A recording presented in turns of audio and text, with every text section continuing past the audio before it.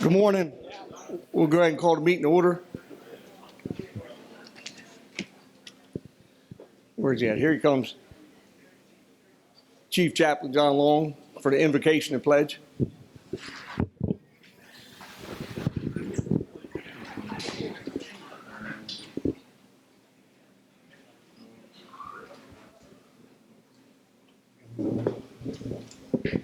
Good morning.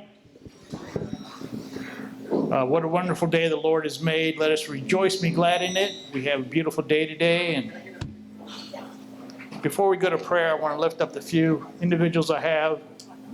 Past President Bobby Jacobs in recovery. Past President Bob Cumberland for recovery. And LAMSFA Past President Carol Hayden is now in hospice. So keep them in your prayers. Please join me in prayer. Almighty God, we thank you for letting us have safe travels up here this morning, Father. We just ask you to bless those who are here, Father, and we just ask for Solomon's wisdom as we conduct the business of the Maryland State Firefighters Association. Father, we lift up these three individuals that we know of, and Father, you know more that need our prayers. And we just lift up the unspoken to you, Father, for their care and comfort. Father, continue to bless everyone here today and watch after those who are responding on calls today. Protect them and guide them and bring them home safely. We ask this all in your name. Amen. I pledge allegiance to the flag of the United States of America and to the republic for which it stands, one nation, under God, indivisible, with liberty and justice for all.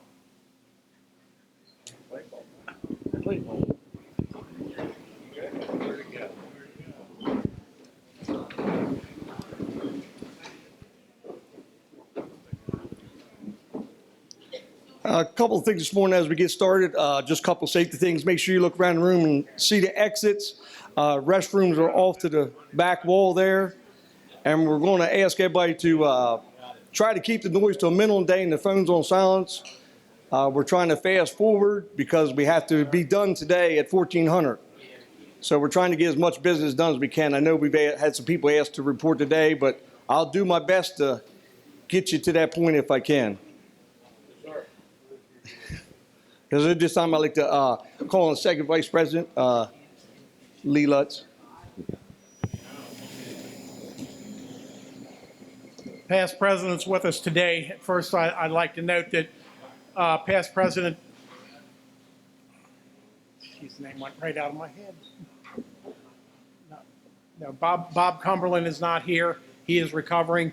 Past President Bob Jacobs is also not here. He is recovering. And Dave Lewis, his wife took ill and they went ahead and went home because they didn't believe they could make it today either. So with us today, past President Stephen Cox, 96-97. Past President Roger Stager, 2000-2001. Past President Gene Worthington, 2002-2003. Past President Frank Underwood, 2008-2009. Past President Doyle Cox, 2010-2011.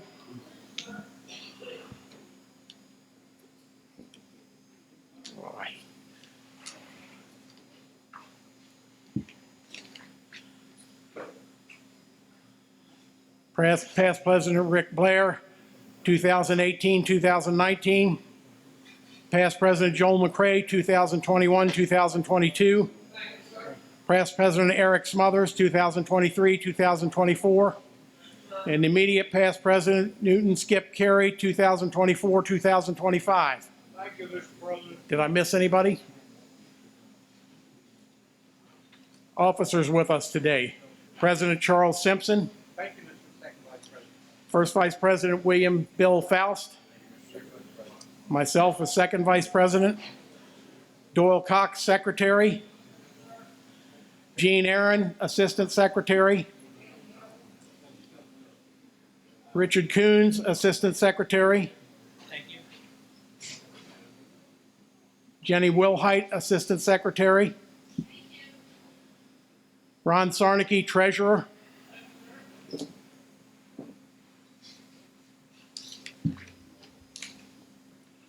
Mitch Vogt, Financial Secretary. Bobby Aaron, Assistant Financial Secretary. The Reverend John Long, Chief Chaplain. Did I miss any of the officers? All right, Executive Committee. Malcolm Faust. Thank you, sir. Vic Whipple. Thank you, sir. Randy Beavers. Steve Cox. Thank you. Tim Dayton. Thank you, Mr. Vice President.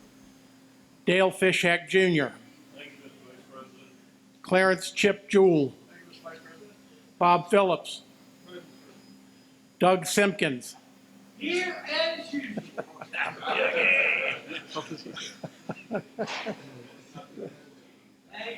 Randy Smith. Roger Stager. Thank you, sir. Buddy Sutton. Thank you, sir. Skip Carey. Thank you, sir. Randy, did I say your name, Randy Beavers? Yeah. Okay. All right. Trustees with us today. Robbie Blackiston. Thank you, sir. Joel McCray. Thank you, sir. Did I miss anybody? Yeah. All right. Let's see. Tom Mattingly. Where are they? God, sorry. Jeffrey Clemens, the chairman, and Vice Chairman Tom Mattingly Jr. Sorry I missed you. All right. Our partners here today.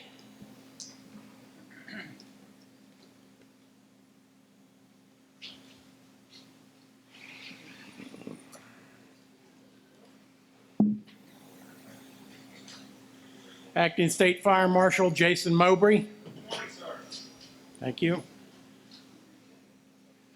Maryland Fire and Rescue Institute. Pat Millette.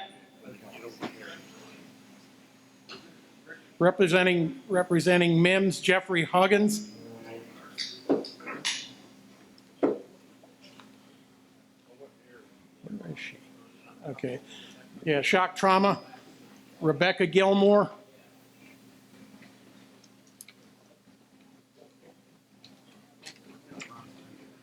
Did I miss any of the partners today? Thank you.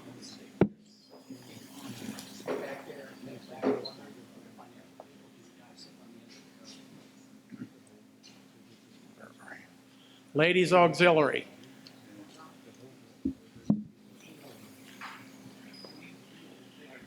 President Joan Kramer, would you like to come up and introduce your people? Good morning. With me this morning, we have Senior Vice President Holly Trago, Recording Secretary Kay Trago, Corresponding Secretary Samantha Butterfield, Historian Kim Shelton, and Bessie Marshall Co-Chair Sharon Worthington.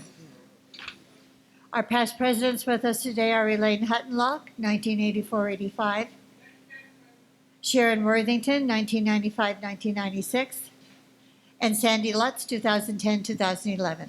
Thank you. Thank you.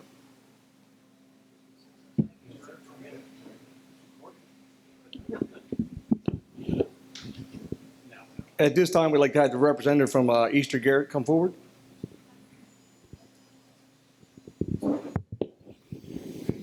Yes, sir. Yeah, all the way over this way. Put it back. Okay. Hey, listen, it's really great. Not only do we have the great weather up here this year, many of us remember coming up this way when it was snowing this time of year. So it's great to be here and certainly appreciate the hospitality and the reception that Eastern Garrett has shown us. So on behalf of the Maryland State Firefighters Association, thank you for that hospitality. Thank you for giving us a great place to have a meeting. Appreciate it. Anything you want to say?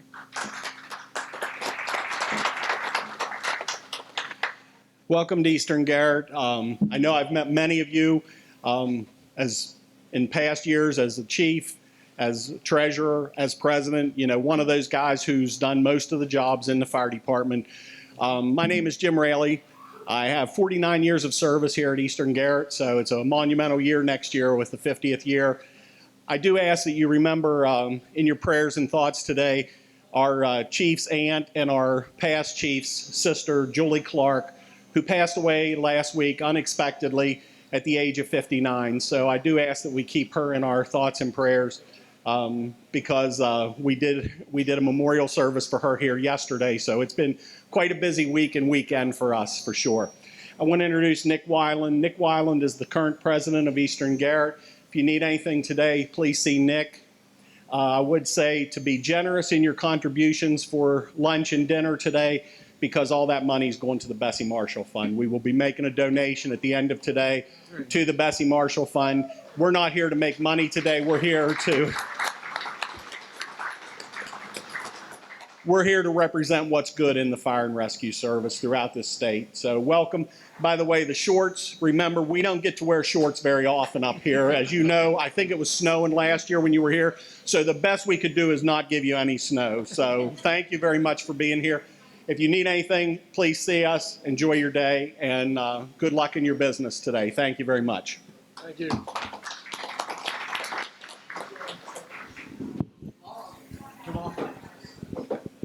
Report to the officers, Second Vice President.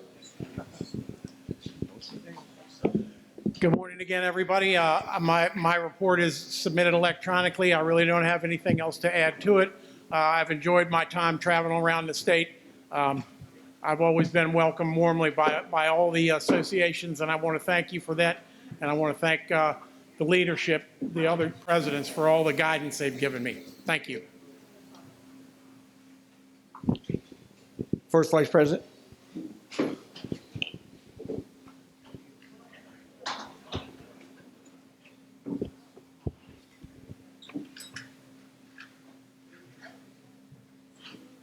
Well, nice to see everyone here this morning. First off, I want to thank everyone for their hospitality throughout the year so far with all the banquets and different functions and meetings that I've been able to attend. As you saw in my report last weekend, I went to Carroll County's junior program. That was very well attended by the juniors. I think they said they had 120 participants in it from, 10 years old to 16 years old, 15 years old. It was really impressive to get to see the young ladies and gentlemen get their hands on training a little bit. Nothing that they're not allowed to do, but it was fun to watch them and see them learn. And I've already told Mr. Alexander, I was really impressed with Mount Airy's members, the way that they were hands-on, teaching the younger members the different ways of doing things. There was other departments that were helping too, but Mount Airy had the majority of the people there working, and it was a great day for them and for me. Again, I want to thank them. Everything else is in my report. Mr. Chairman, if anybody needs anything from me, please don't hesitate to call. Thank you. Mr. President.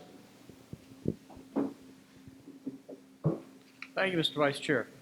Okay, so just to follow up, again, thank you to the Eastern Garrett volunteer for their service, for their reception and so on today, the hospitality, and the great meal. Appreciate it, and I appreciate what they're doing for the Bessie Marshall Fund later today. That's this weekend. Fantastic, and that's what we're all about, folks. That's it. My report has been filed electronically. It is in the records. Also, the copies were back on the secretary's desk. Couple key things. Again, I'd also like to thank the Allegheny Garrett Volunteer Fire and Rescue Association for the reception last night. Fantastic job by that association. We had a great turnout, a lot of good discussion. It was a good networking time, and thanks to them for that. Since our last meeting, certainly we've had a lot of things going on, a lot of travels. As the president, the vice presidents have established on their reports, we've been around all over the state, seen a lot of things, and participated in a lot of events. It's been really fun. Thanks to them for the tremendous job that they're doing in representing the association statewide and bringing forth the values that we try to make sure is being followed by the volunteer fire companies in the state. Big thank you, and I would be remiss to actually not say anything to our executive committee for the very difficult job they've had this year. A lot of legislation that affected the fire service and the EMS service throughout the state. Unfortunately, we didn't gain a whole lot, but Dale Bowman did a fantastic job with Senator Jennings on the cancer screening. We hope to see more there, and I think that's going to benefit and save many lives within the volunteer fire service. So thank you to Dale. Thank you to Chairman Phillips for the leadership that he's provided that committee. Fantastic just listening and being part of the meetings that are conducted weekly during the session. If you ever get a chance to talk to somebody from that committee and say, what do you do? Be prepared to sit and listen for a long time, because they'll have a lot to tell you. It's a great part of the association. Wanted to just pass on that we've got a lot of things happening again nationwide within the volunteer fire service. We had great representation at the Congressional Fire Service Institute Symposium in Washington, D.C. this year. Better than 20 members from our association were present and participated. A lot of things are happening. A lot of great information comes back to us in Maryland in regards to that. So that's a big plus for us.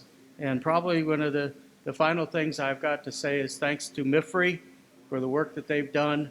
We've talked for 2 years about problems getting instructor trainers for our MICRB instructors that come from MIFRE and so on. And finally, I think we have a solution that's been worked out. Director Cox has done a tremendous job in getting some progress made with that. I think we'll be seeing some benefits by getting some more instructor trainers across the state. We were down to 15 with only about 8 active, and that makes things very difficult for us getting the proper information, particularly safety, out to our personnel. I think with that new legislation and so on, I think that's going to help out great. So finally, my thanks again to the many who have supported me and provided the services this association needs and performs. And thanks again. Hope to see you all in Ocean City in just a few weeks. Thank you. Executive Director's Report and Assistant.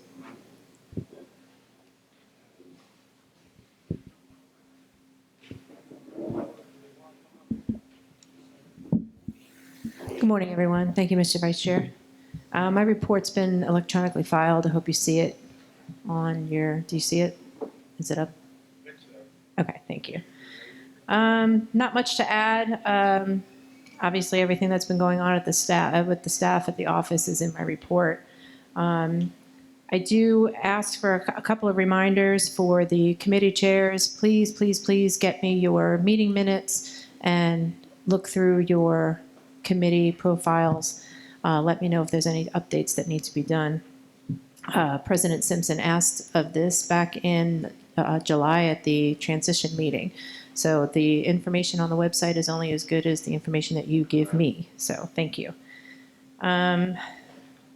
So far, Susan Mott, Bridget Weishar, and Gina Panarella, those were the 3 committee chairs that have submitted their minutes. So those are now posted on the website for you to review. Safer update, the final grant narratives have been sent to Ron. Ron's just waiting for the portal to open so he can upload all of the final documents, but we are complete with that final grant, and we are looking forward to submitting once FEMA allows us to.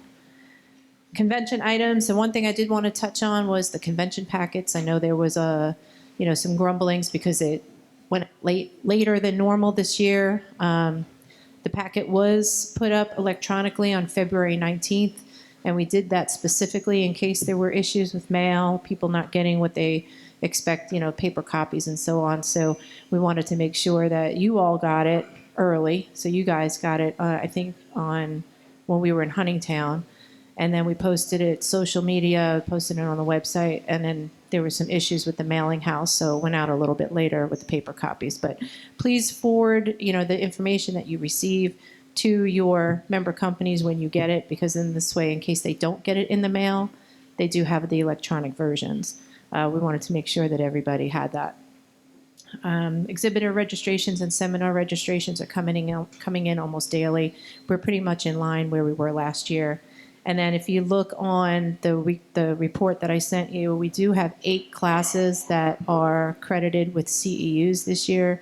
MIMS is always gracious with us. I put in some of the classes that are mostly EMS related, and they give us the credits for the students to be able to work towards their EMS certification. So I thank MIMS for that. They work with us every year on that. And I did hand out, lastly, the Maryland Health Association of Mental Health Association of Maryland is partnering with us on May 30th to provide mental health first aid for first responders. I gave you all the flyer you should all have. Please share that with your companies. It will be going out in the weekly report and on social media this weekend. It is open to families as well, so it's not just for first responders. If the class goes well, we're going to try to host it again later in the year. And then in September, we're going to partner with the same organization to do suicide prevention and suicide awareness, because that's Suicide Awareness Month in September.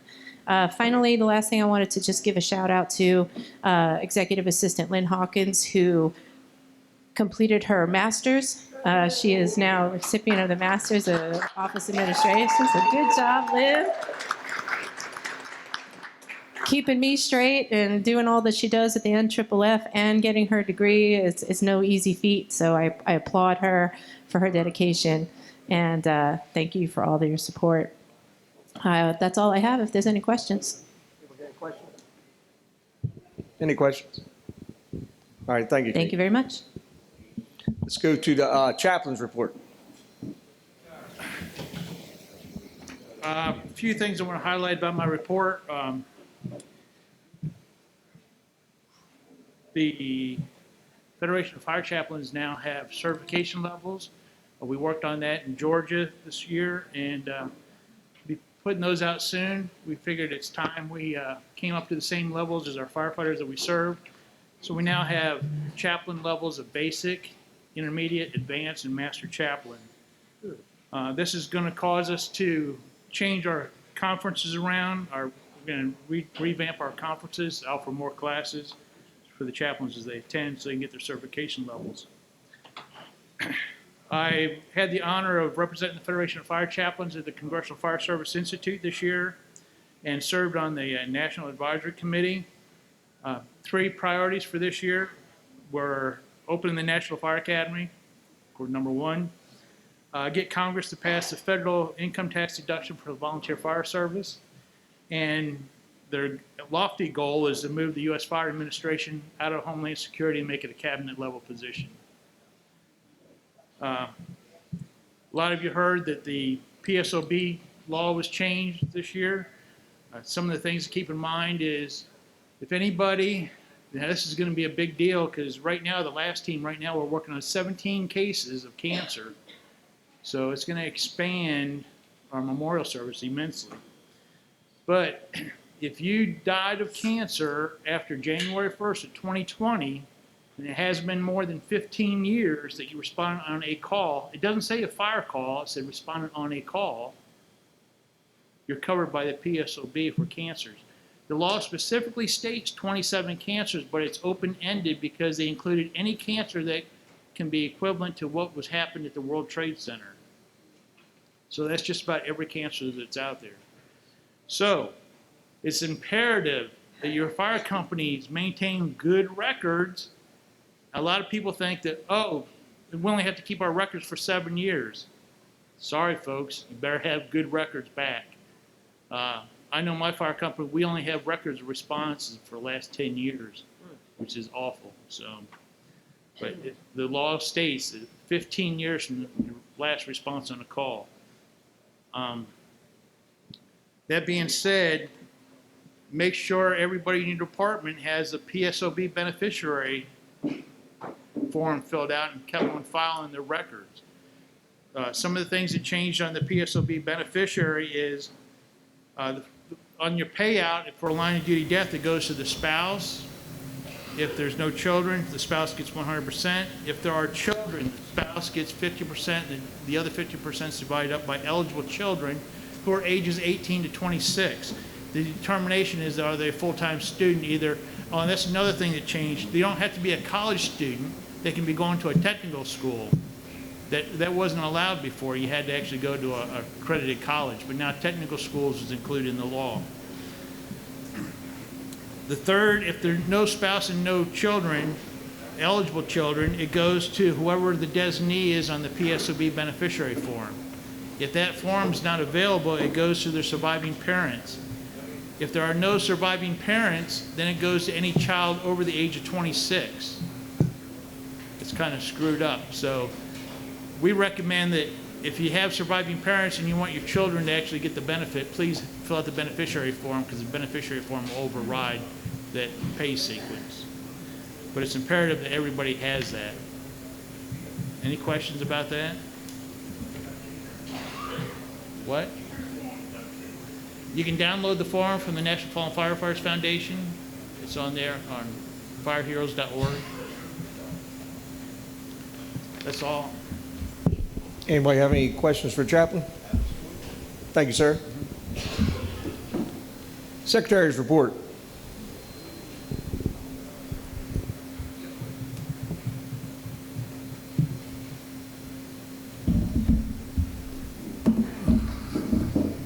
Good morning. We have several items we've got to cover this morning. First of all, the minutes for the February the 7th and 8th Executive Committee meeting, which was held at Huntingtown. I need to approve those. Everybody have a chance to look over those? Want to make a motion? Randy Smith, Randy Bubers. All right, we got two. Anybody got any questions? Randy got us that time. Anybody got any questions for him? Okay, they're approved. Okay. By the bylaws, letters should have been sent out to the governor, lieutenant governor, and so on, inviting them to the annual convention in Ocean City this year. That has been done. A letter was sent out sometime first part of March to all of them. No response back for us where they will or will not be attending. They also will be receiving a invitation to the officers' banquet. Just a reminder that the 100th anniversary, 75th anniversary, departments are celebrating this year.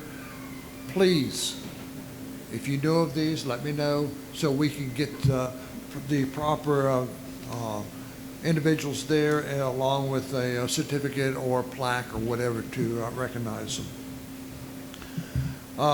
The Secretary's office is in the process of updating the the directory. As we always do, we have a draft copy for the Ocean to hand out at the second Executive Committee meeting. Need your help in getting it out. If anyone has any corrections or additions to the old directory as you have now, please let me know, or one of the secretaries know that this needs to be changed. The credentials are coming in fairly good. We still have approximately 120 companies across the state that have not submitted their credentials. So there will be an up-to-date list coming out to you probably this weekend or the first of the week. So look out for that. The last item I have is a good item. We have several individuals, or 3 individuals, that will be presenting their case to become a member of the association. So if I could have Ken Bush, chairman of the Standards Committee, and Tim Hunt and Yvonne Hunt, if they can come up, please. Westlake Volunteer Fire Department has applied, and you should have a copy of their application. Westlake Volunteer Fire and EMS Department, which is a substation, was a substation of the Waldorf Volunteer Fire Department.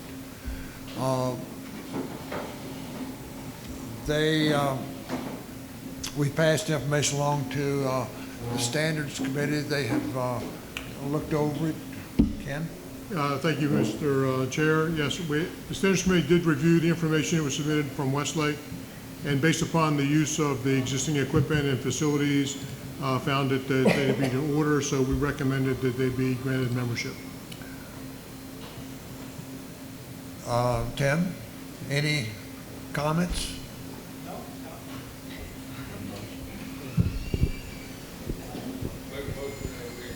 Got a motion from Parish President Roger. Steve Cox. Anybody have any questions for him? Have a first, second, all in favor? Aye. So approved. Thank you, and they will need to check in with the financial secretary in the back for the dues that are due. So, Thank you all. We appreciate it. Thank you. Right.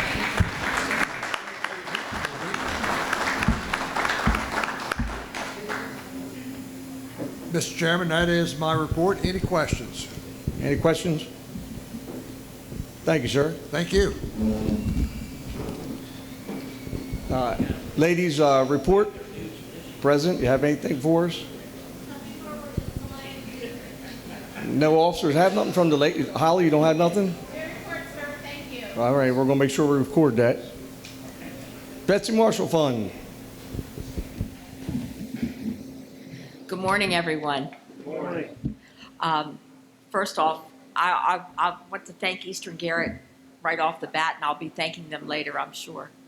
That is such a kind and generous thing to do, and it is greatly appreciated. And the fact that you step up and you think about your fellow firefighters and EMS people and administration people means a lot. We've been fortunate this year that we've only had 11 cases so far. That's very unusual because generally we have 30 by the end of June at the time of convention. So we're way under with cases this year, and I don't know if that means that people just don't know the fund is there and they can't apply for it and they're not getting the information, or we actually have a lot of well people. And that would be the greatest thing, is if it was that we had a lot of well people. But I know there's many people out there that need this fund, and that's what we're here for. So helping us raise that money is really great. Tomorrow I'll be doing a 50-50 because Sandy and I don't mess with each other. She does it one day and I do it the next. And I didn't bring the fire truck with me. If you all remember, I've been carrying around that. Well, Jean's been carrying it around. I haven't been carrying it around because I can't lift the thing. That beautiful fire truck that Alan Steele made many years ago, that was re-donated back to the ladies for the Bessie Marshall to do again once the lady passed away. And it's in prime shape. I mean, it's beautiful. It's a beautiful piece of work. So we're going to have that at the beach. And hopefully, so I'm told, we're going to be out in the hall so people, everybody will go past it. And maybe that'll be a big fundraiser for the Bessie Marshall Fund. I also have lottery tickets back there. And some of you all have brought in lottery tickets from your companies today. We appreciate that. And I also want to tell you hi from Lori. Lori usually has to work on Saturdays, so it's hard for her to get away on a Saturday. But I just want to say thank you for all you do to support the Bessie Marshall Fund. And I want to thank the Ladies Auxiliary too, because the Ladies Auxiliaries throughout this state donate a lot of money to the Bessie Marshall. And it just warms your heart that people think so much of that fund. It's been that fund's been ongoing for many, many years now. And we appreciate all your help and everything you do. Thank you very much. Thank you. Now, I got down here, but I don't know if I'm going to get back up. There you go. Do we have any representatives from the Miss Fire Prevention Ambassadors? I didn't see none of them come in. No? Okay. Board of Trustees.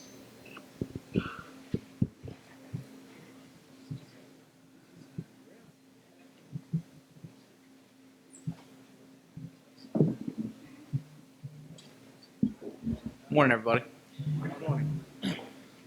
Trustees met this morning prior to the start of the executive committee meeting to discuss some of the upcoming potential claims that we have.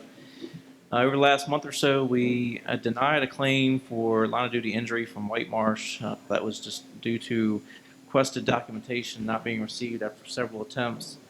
The MSFA attorney did send a denial letter on March 23rd after her review of the case and all documentation.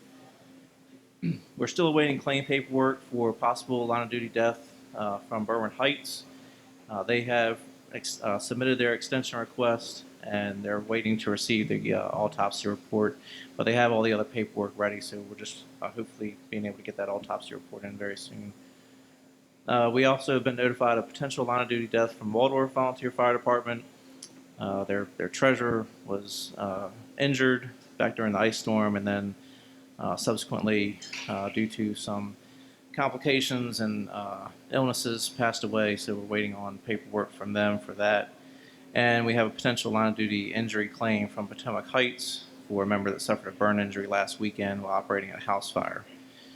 Also, this morning when we met, we discussed looking at our benefit dollar amounts, and we're going to be looking at the manual and seeing if we want to increase those. More than likely, we'll be increasing those as we come up to convention, so as we do our review of the manual. So, and that's it. Happy to answer any questions. Anybody have anything? Thank you, sir. Thank you.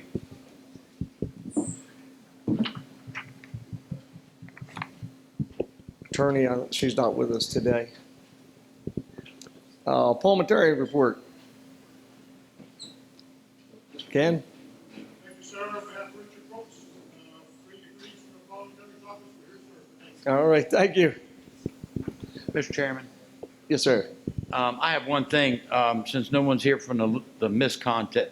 The Miss Contest for Maryland State Firefighters Association is May 9th, starting at 2 o'clock at Level Fire Company. Thank you. We'll go into our partners report. We'll start off with the fire marshal asked to be moved up, so we'll start off with the fire marshal's office.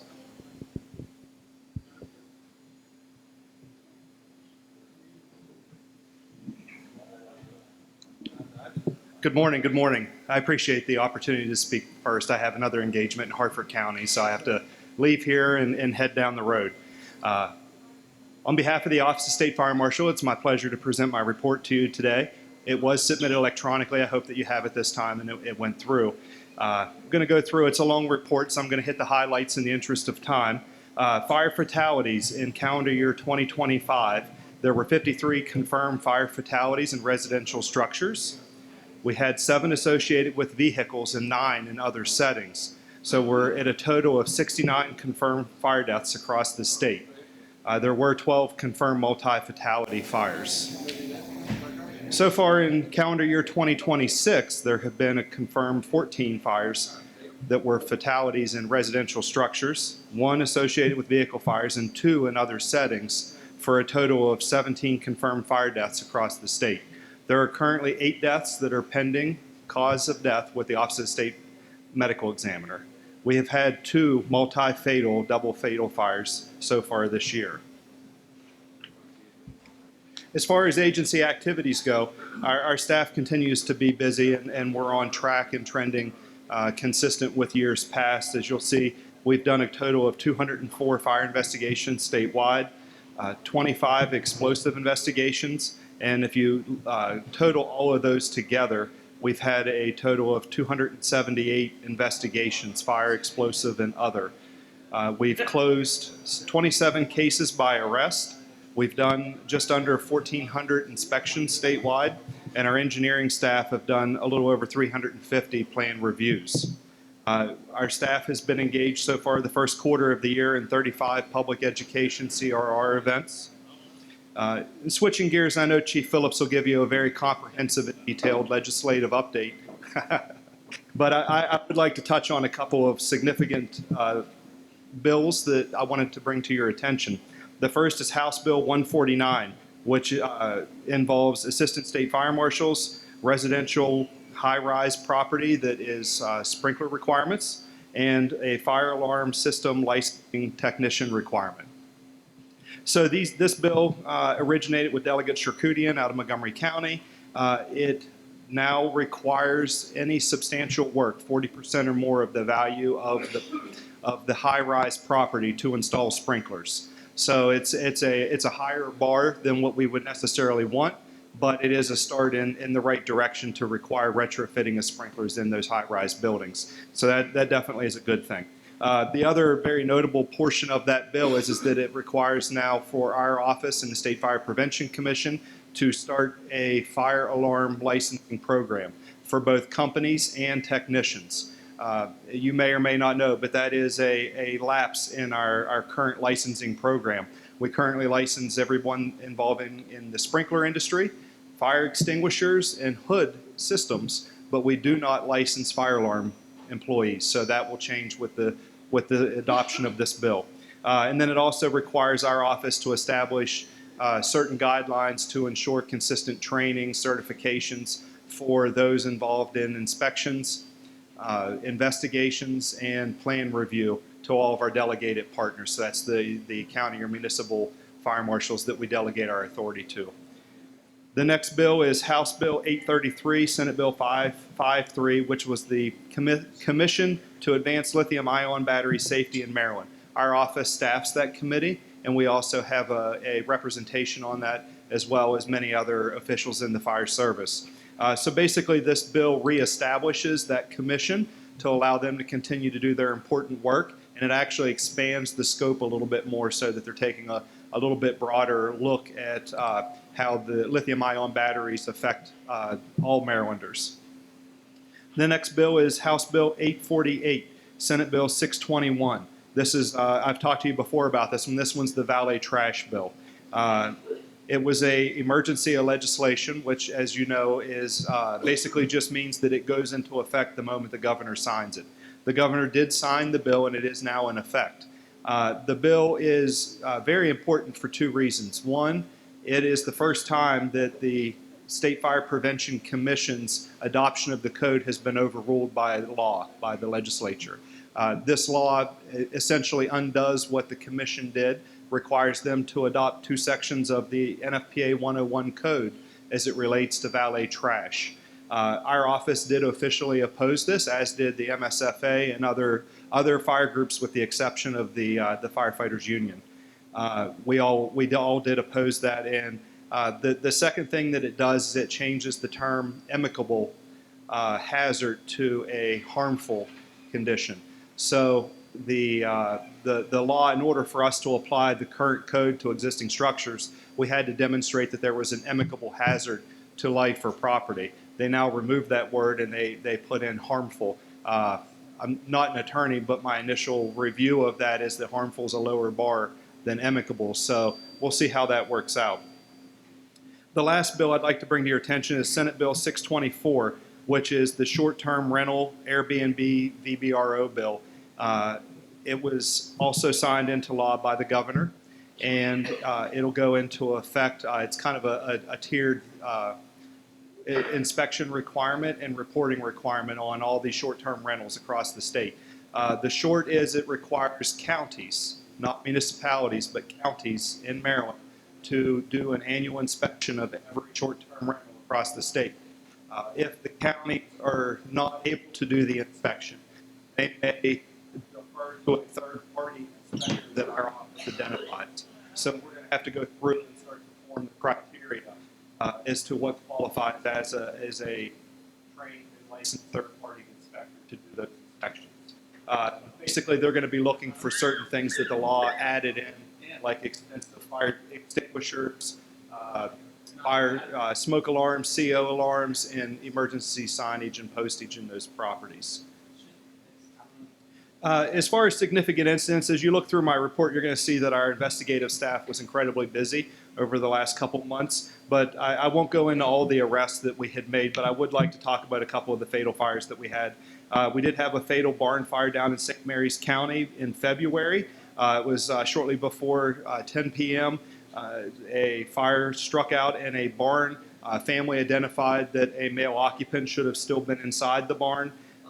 His wife tried to reach him and effect a rescue. She ended up sustaining burns as a result of that and was transported for treatment. There was a double fatal house fire in Hartford County in March in Havre de Grace. There were 2 victims that were located in a second-floor bedroom. It is important to note that the couple's adult son was alerted to the fire by a working smoke alarm, and he attempted to escape but was forced back from heavy smoke and flames. And then he ultimately had to jump from a second-floor window and was uninjured during his escape. We had a fatal house fire in a teen that was critically injured in Washington County in March. Shortly before 1 a.m., there was a dwelling fire that essentially heavy fire in the first floor of the apartment. There's 2 occupants, a female and a 17-year-old, that were rescued from the property and treatment before they went to Johns Hopkins Burn Center at Bayview. A 15-year-old did escape unharmed after he was alerted to by a smoke alarm to the fire. Investigators determined that the cause of the fire was an electrical event in the living room ceiling. Quick note, you may be aware, but there was also a fatality in Carroll County that occurred just last month. It actually was initially reported there could have been up to 20 people missing as a result of what they thought at first was an explosion and resulting fire. The fire service arrived on scene. Our investigators were working with them, identified that there was only 1 occupant of the building that was in fact missing, not 20. And investigators determined that it was actually an event with the hot water storage tank of the commercial facility, not a explosion, not a pressure vessel.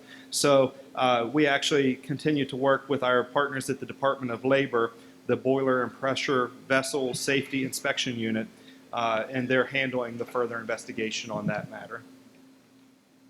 On the personnel side, we continue to work through our organization's workforce effectiveness and reorganization. We've now created several sections, and as a result of those sections internally, we had to do some promotion and reclassification. So effective March 25th, Deputy Chief Dwayne Savitas, who was our bomb squad commander, was reclassified. He now serves in a manager capacity and is the section chief of our special operations section. The same date, Deputy Chief Joe Walters, who was previously the deputy chief responsible for logistics and technology, was reclassified and promoted to the section chief for the support services section. And we did have a retirement. You'll notice on the next page that Deputy Chief Derek Chapman retired after 28 years of service to the Office of the State Fire Marshal. We're very grateful for his 28 years that he spent with us. But he was our commander of the Personnel Services Unit at headquarters. As a result of his retirement, we've made a temporary acting appointment of Senior Deputy Carl Whitmer to acting Deputy Chief of our Personnel Services Unit, and he'll remain in that position until we do a promotional process. I would like to point out that we have announced our award nominees for this year. Deputy State Fire Marshal of the Year nominees, Jeffrey Thomas of the Lower Shore, John Grothy of the Upper Shore, Oliver Alcar of the Northeast Region, Mark Grove of the Western Region, Melissa Decker of our Southern Region, and Dale Ednock of our Special Operations Section. And very exciting, but for the first time, we've instituted a Civilian of the Year award as well. So this is our inaugural opportunity to showcase these employees. We have Paul Byington from our Lower Shore. We have Inspector Mike Hayden from Northeast. We have Inspector Travis Miller from the Western Region, Inspector Shirley Millette from the Southern Region, and Derek Murgatroyd from our Engineering Services section. The office did host and work with our Partners for the Public and Fire Life Safety Educator Seminar, March 21st, 2026 at MIFRE. This year we were able to partner with NFPA to provide training and a Train the Trainer for steps to safety. So that was a very successful event. We also have issued a public survey so that we can try to gear our material, our information to the community. So we are currently doing a public survey that's available to any citizen, fire service, public safety, whoever, that basically gauges familiarity with our office and their understanding of our mission and role.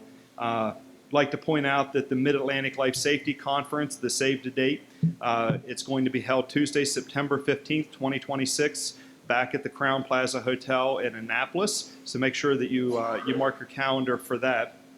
And we also sent out a community risk reduction survey through Teresa Chrisman.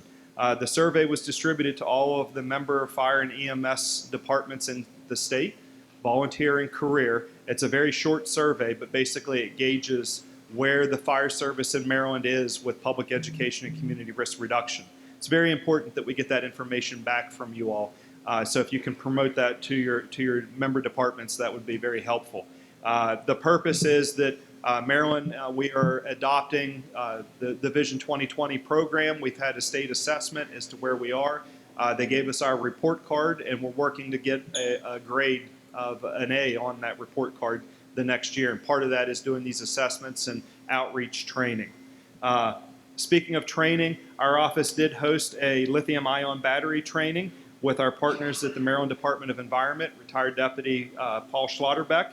That was very well attended, and we appreciate MDE's support on that. We did also host a firework inspection training for our office and all of our delegated partners. And you'll see, very interestingly, that we're still wrapping up the NFIRS from last year. As you know, NFIRS was discontinued at the end of 2025. We do still have Maryland departments that have not submitted NFIRS reports. So they're currently out of compliance with NFIRS. That list is on page 18 of my report. Even though NFIRS is closed, there is still a path that they can submit their fire data to us so they can comply with the funding requirements for the AMOS fund. So if any of your departments are on this list and they have a question, please reach out to Section Chief Joe Walters, and he'll help you at exporting it and sending it directly to us so that we can continue to have full compliance. We're first quarter into NERIS. You'll see on page 19 that there's a breakdown of where we are currently with NERIS and the rollout. So far, it's been a pretty smooth transition. When I made this report earlier in the week to the Metro Chiefs, we were at a 75% reporting status. So just in the last 3 days, we're now up to 83%. So we're continuing to move along. We are working closely with Montgomery and Frederick County. They're working through a couple issues with their RMS system, and we're confident that those two jurisdictions will be submitting by July 1, and we'll be up to close to 100%. But you can see that there are still departments that have no users on that sheet, and then you can get an idea as to where each of the jurisdictions are by looking at the graph. So with that being said, I'll be happy to entertain any questions that you may have. Thank you, sir. Any questions from the executive committee members? Yes, sir, buddy. Thank you very much for such a detailed report. Please go back and tell your staff, thank you for the report. Very well put together, the pictures, the comments, and your words are very, very well taken. Thank you. And thank you very much for your efforts today, crisscrossing across the state of Maryland. Thank you very much. Thank you. I'll be sure to relay it to staff. Anything else? Thank you, sir. Mims.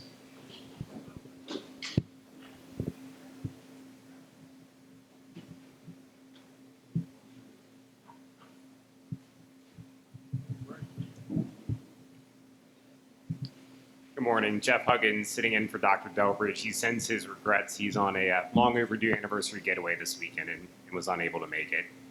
A few legislative related points that we wanted to cover. Senate Bill 24 and House Bill 276 pertaining to public access AEDs has passed. That was a bill that we actually proposed, clarify requirements to the AED legislation in Maryland and remove some obsolete provisions. So that passed. That will help to ensure that that program remains current and functional to the state of Maryland and all Marylanders. Next bill, Senate Bill 111 and House Bill 212 relating to out-of-state vehicles that are improperly registered passed. This requires vehicles to be properly registered in Maryland and not in other states. MIMS was supportive of this bill as it will add revenue to the Maryland EMS Operational Fund. So that bill passed and we're happy with that. Senate Bill 159 pertaining to EMS vehicles and required supplies. This was put in by a delegate. We had multiple conversations with the bill sponsor and legislators to provide context and clarification. This will require the development of a published minimum equipment list for EMS vehicles, which MIMS will do with ample advisory input and collaboration as we move forward. So that bill did pass. That was put in, and we had some substantial conversations to make sure that that is helpful and not detrimental to how we all function. The Emergency Department Advisory System, EDAS, aside from a couple network upgrade related challenges with it, it's been serving well. We've had really good positive feedback from our clinicians across the state as well as a lot of our hospital partners, and it's helping to paint a picture of the EMS interface with hospitals in real time. It really brought us into a current application that we're now able to look to the future forward and make additional improvements as we move forward. So we're happy that that's moved along. Senate Bill 1099 from 2024, the AED naloxone co-location bill. This required the co-location of AEDs in public buildings, which included mass transit terminals, gathering and amusement locations, and secondary or higher education. Supported by public funding is going well.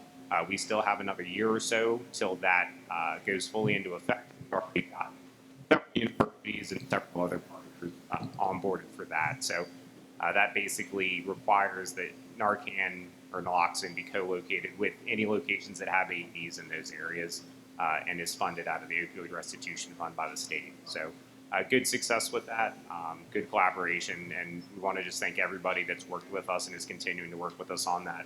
We've had great support from trade groups, from associations across the state, from local fire and EMS partners that have helped link us up with one-off locations that they were aware of that would fall within that. EMS protocols, we anticipate being on the online training center in the next few weeks. The updated books and application are both on order and under revision and should be available in May as well. We'll have various refinements there, no major changes or substantial changes to the EMS protocols for this year. And the last point is paramedic licensure renewals for those expiring April 30th are going well. Office of Clinician Services has sent out several reminders and has been working with clinicians one-on-one for anyone that had questions or challenges with the recertification process. That concludes my report. I'm happy to take any questions. Thank you. Any questions from any committee members? Thank you for your report. Thank you, sir. Minfree.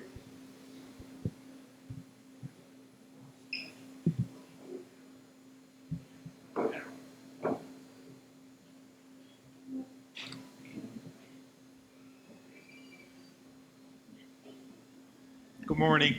The executive director has submitted his report electronically, so you should have that. He has asked me to cover a few, highlight a couple of the items that are in his report. And the first is one that we know was near and dear to your hearts, and that's the EMTB program. For fiscal 25, the pass rate was 83%, which is substantially higher than the national average. And for fiscal 26, we've only tested 30 classes, and the pass rate is 79, and the national is 74%. We've recently filled 2 long vacant positions. We had acting people in them in our regional offices for coordinators, one at Northeast and one at Southern Maryland. And they will be starting, one starts Monday and another will start, the Southern Maryland coordinator will start on May 4th.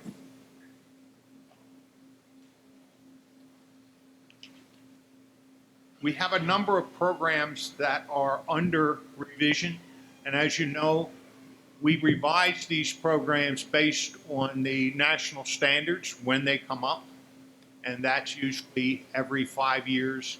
Sometimes there's a change to that. However, when the NFPA consolidated a number of these standards into a single document, a single standard, started that process a few years ago. That really accelerated how often we had to do these developments on these programs. So we are working on those. There'll probably be, there's 10 that are that are actively in process right now, and there'll probably be about 20 programs throughout the year. Professional development. This has been an issue over the years for people saying they didn't have enough opportunity for professional development. We do believe that we have that reasonably addressed, and there are multiple locations, actually including today, all throughout the state where professional development is available for instructors. Recently, we issued put together a decon video, and the intent is that that will be in our programs initially in Firefighter 1, and it basically does a quick and direct approach to mass decon.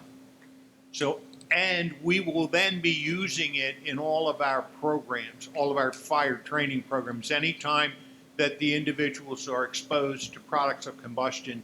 Following the class, they'll do a mass decon. That's out. The equipment has been, and equipment is minimal.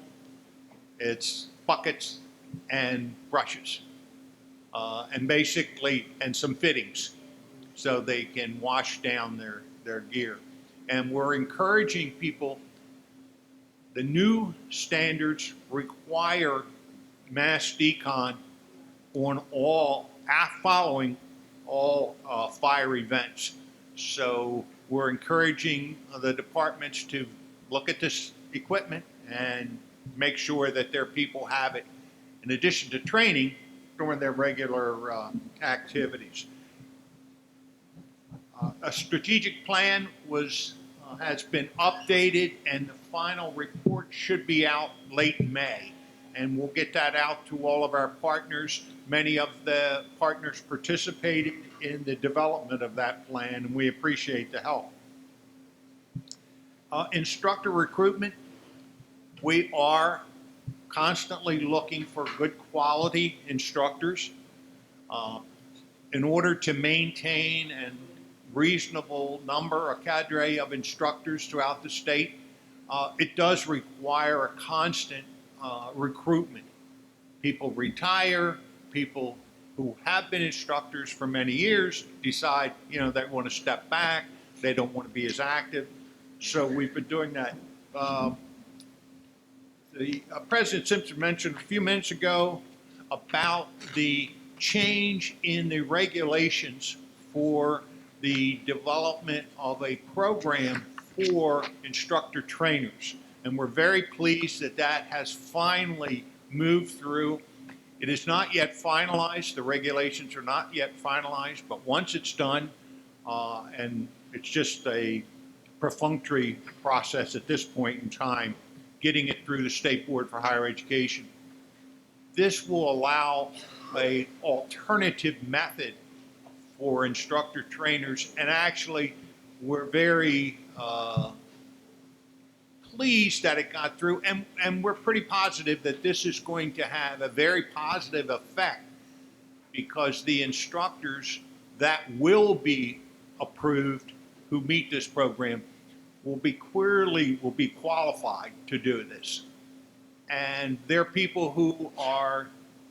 to be people who are genuinely interested in doing that type of work. And we're real pleased with being able to see that has finally happened. We have several new props, training props that are in the works that will be out sometime in the future. It's going to take some time to get a few of them out because of the amount of work it takes to construct them. The first, however, is the fire dynamics prop, which is an excellent tool. Much of the work was developed by UL, and we have purchased these units. They're going to be available throughout the state. We just recently did an overview for instructors and for our regional staff so that they could see how it was done, and the presentation was done by a gentleman from ATF who actually developed the original prop.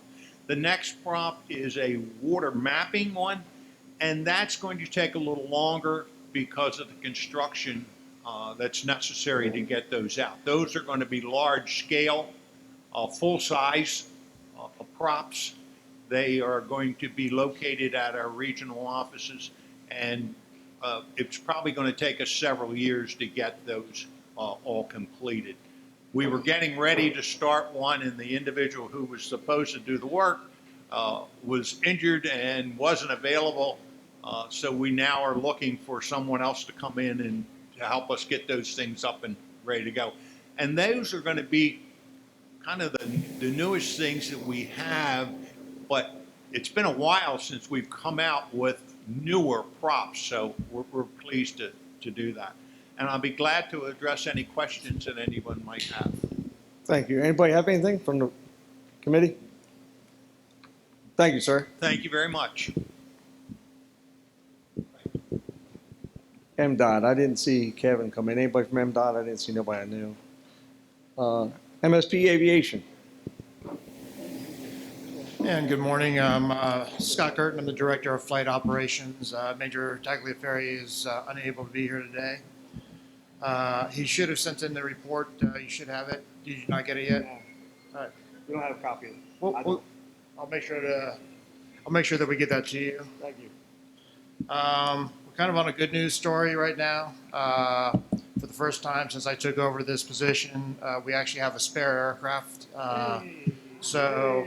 Which means we are now catching up on some of the smaller maintenance stuff that needs to be done because we can switch out the aircraft.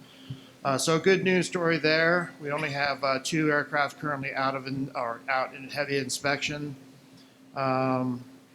Also good news story. We hit we're over 300 now on the number of patients we've treated with whole blood.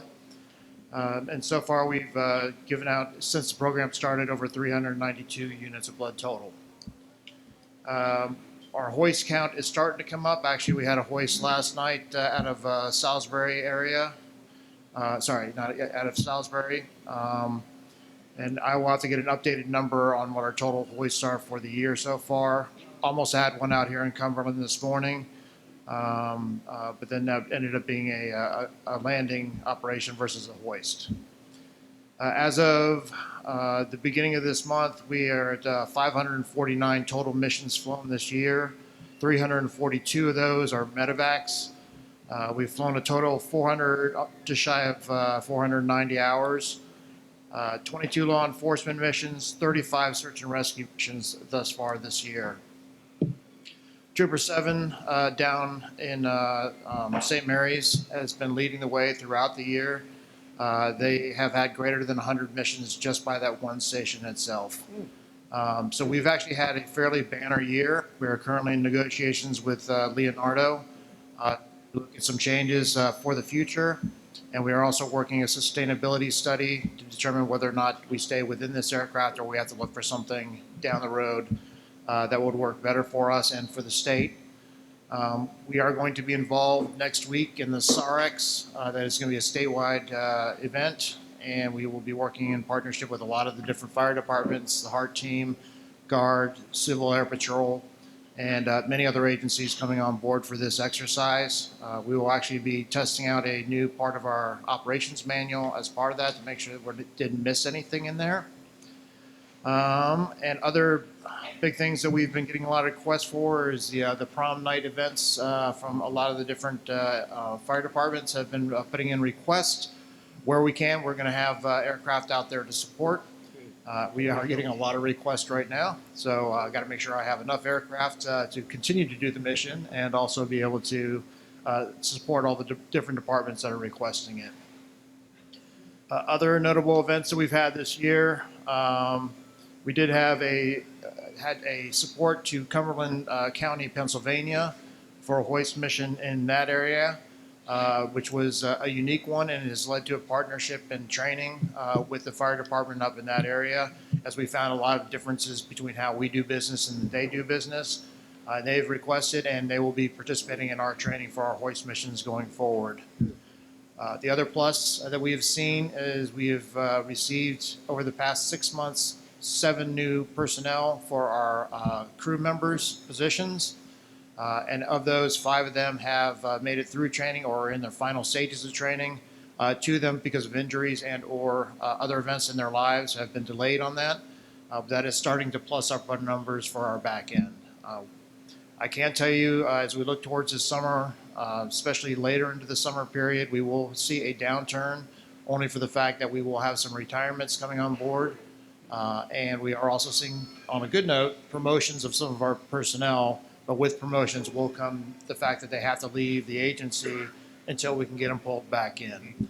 Or have to leave Aviation Command, they'll still be in MSP. We will navigate that, and we'll be in partnership with all of you to let you know if we do have to take a section out of service because of personnel. But right now I can tell you we're not taking sections out because of air assets, because we are looking good throughout the entire summer this year. It will not be a repeat of next year. So. That's all I had on the report, unless you have any questions for me. Thank you. Good, Mr. Bud. Yeah, that was great. My hearing aids. How about everyone else? What is the budget for a new aircraft? How much does it cost, or what does the state have budgeted for us? How much is? So if we were to stay with Leonardo, a brand new Augusta 139. They're sitting right now, the last I saw was right around the 19 million point without the interior included. So prices are not going down on any helicopters right now in the world. Does the state have a CIP program for that aircraft? They save money every year.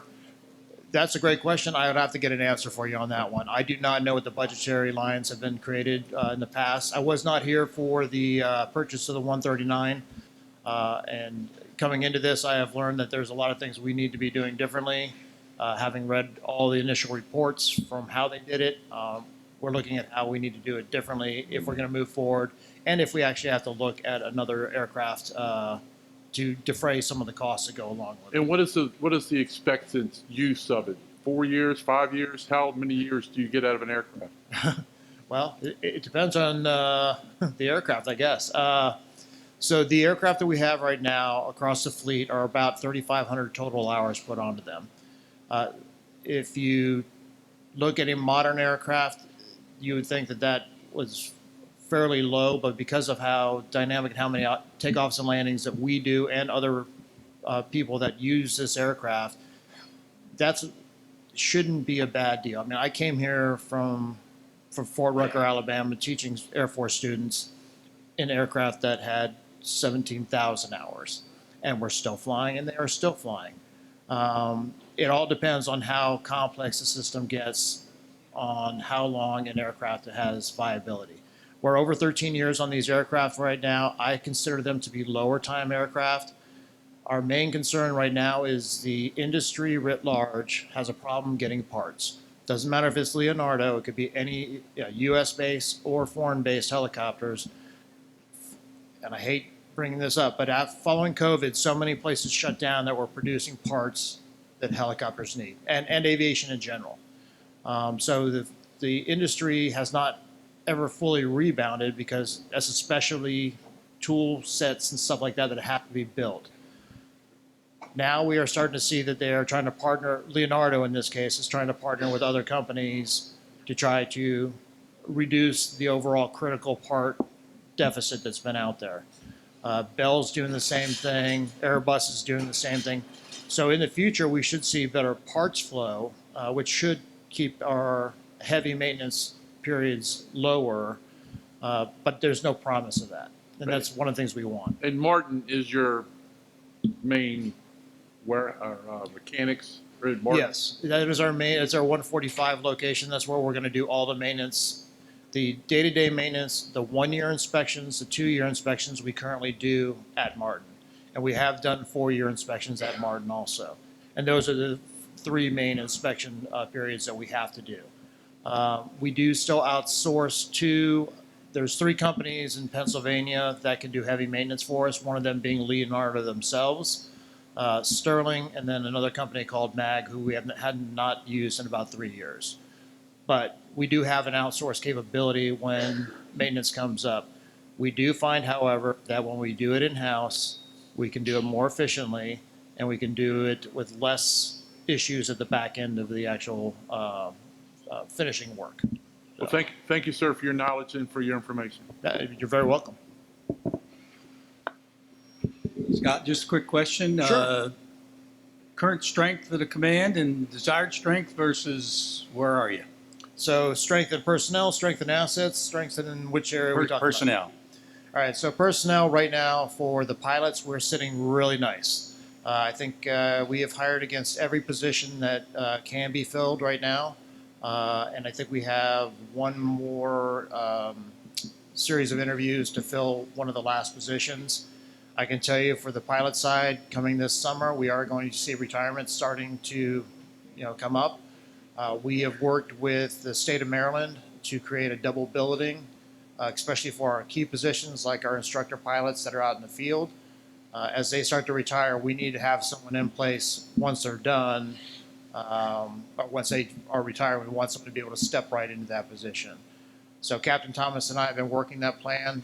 We have a good plan for the 4 that we know that are leaving in those positions, but we do also have other retirement coming up. Don Hawkins, my predecessor, will likely, from his position out at Salisbury, will be retiring by this summer also. So right now for the pilot-wise, we're sitting okay with a plan to make sure that we don't have too many hiccups with that. Our weaknesses will always be with our air crew members. And the reason for that is, again, promotions, retirements, and then the promotion, every promotion that happens leads to they have to go to a different part of MSP to give them a breadth of experience. It's a good plan, except for the fact that they are so specially trained, not only in law enforcement, but then again, all being paramedics, and then having to be trained as rescue techs and then crew chiefs. All that training we have to redo with someone new every time this happens. The major and the captain have been working with the new colonel to try to get rid of that policy for MSP Aviation Command, but right now that has not changed. So the actual percentage-wise, I think right now we are showing probably around let me see if I got it, about 23 to 25% vacancy rate in our back end. And it's not where we want to be, as you obviously know. So we are working many different avenues to try to reduce that. And hopefully after this promotion cycle was finished and we are able to start pulling some of them back, we'll have stability for a while, because many of them want the current rank they were trying to achieve, but then they want to finish out in Aviation Command at that rank. So that gives us someone who gets promoted now, maybe we get to keep them in place for about 10 years. So. Cool. Thank you. You're welcome. Any other questions? Anything else? Anybody got anything else? I don't think they do. Anything else? Thank you. You're welcome. Hello.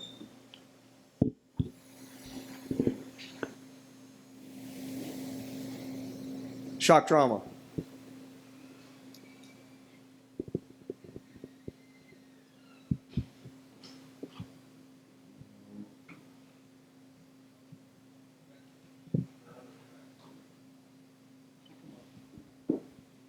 Good morning. Report for shock trauma FY26 quarter 3. So our goals remain the same: full prevention, expansion of our wraparound services, and further statewide Stop the Bleed reach. Our volume for the third quarter was 1,425 patients, which is a 2.2 increase over FY25. Our length of stay was 9.81 days, which is down 0.51 days, so doing well on that. Demographics remain pretty much unchanged, with 49% being in the over 56 age group, 27% being in the 15 to 35 age group, and 24% being in the 36 to 55 age group. Mechanism of injury also pretty much unchanged, falls at 49%, MVCs at 33%, violence at 13%. For our inter-hospital transfers, 17% of them came from other trauma centres in the state, and 83% came from non-trauma centres. We've had 358 air transports from the scene, and a total air transports of 644, which is down 55 from FY25.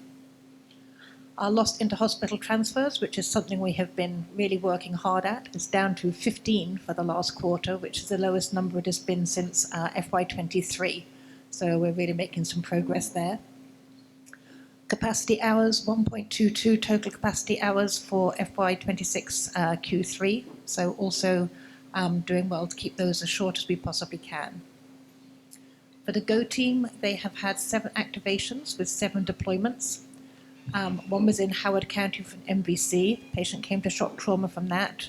One was in Baltimore County, person stuck in a sand hopper. That patient was extricated and refused transport. Montgomery County, which was a trench rescue.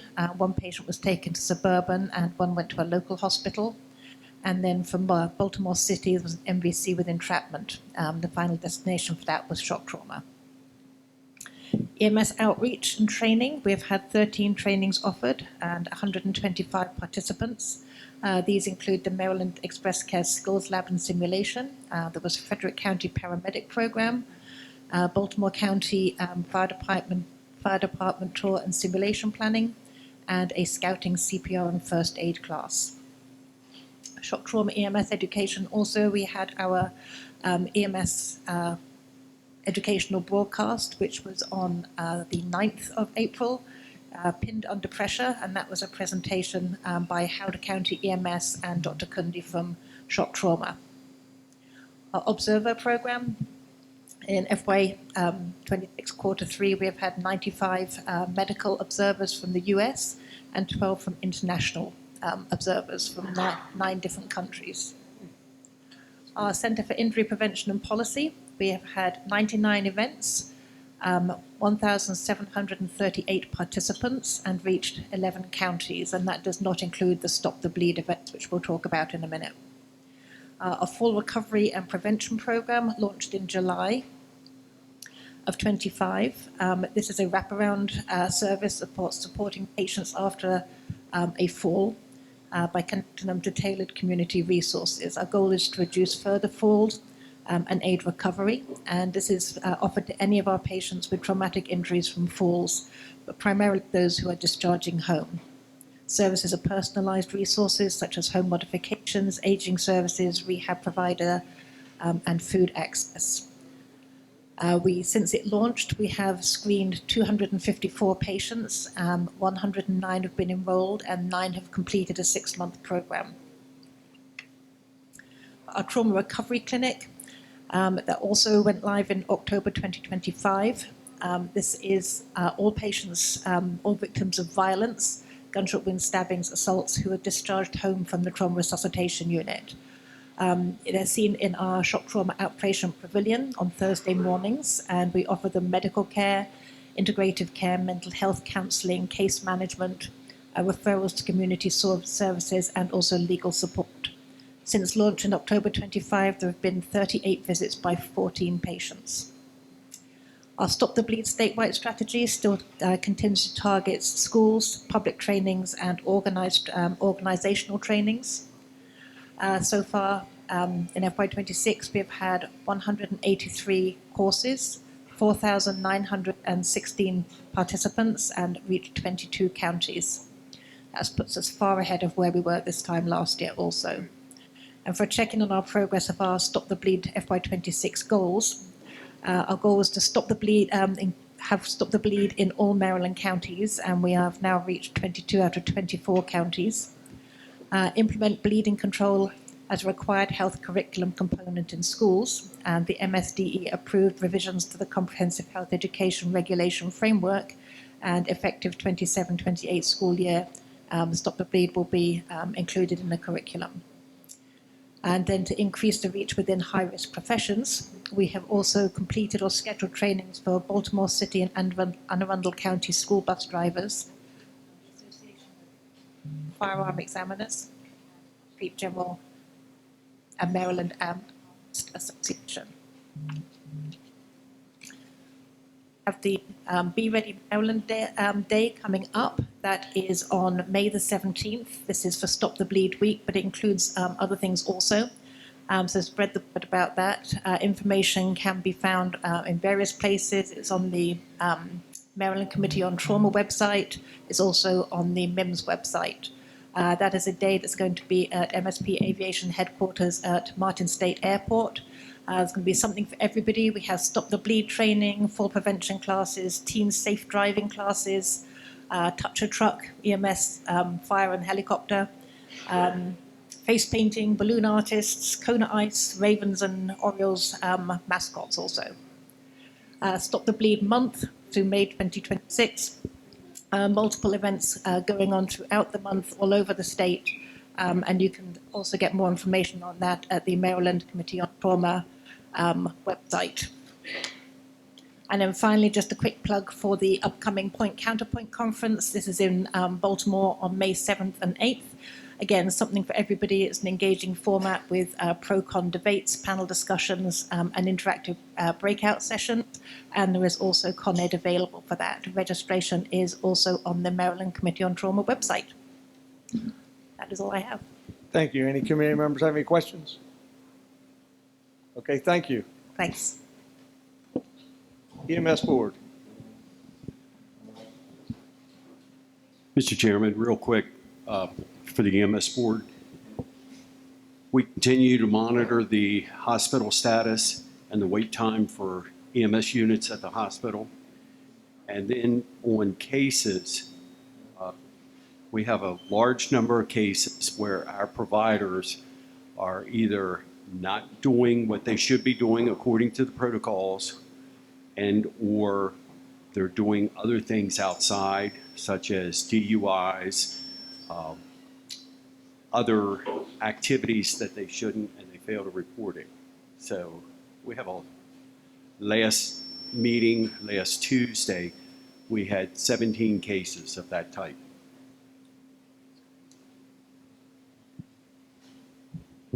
Thank you. SIMSAC.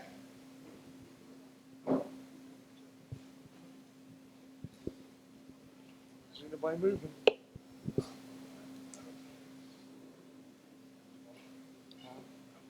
Yeah. Anybody for forestry, DNR, forestry? MDEM. MDEM.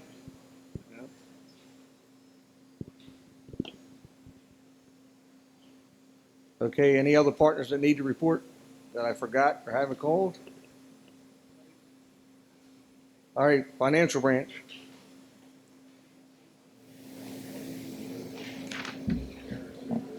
So good morning.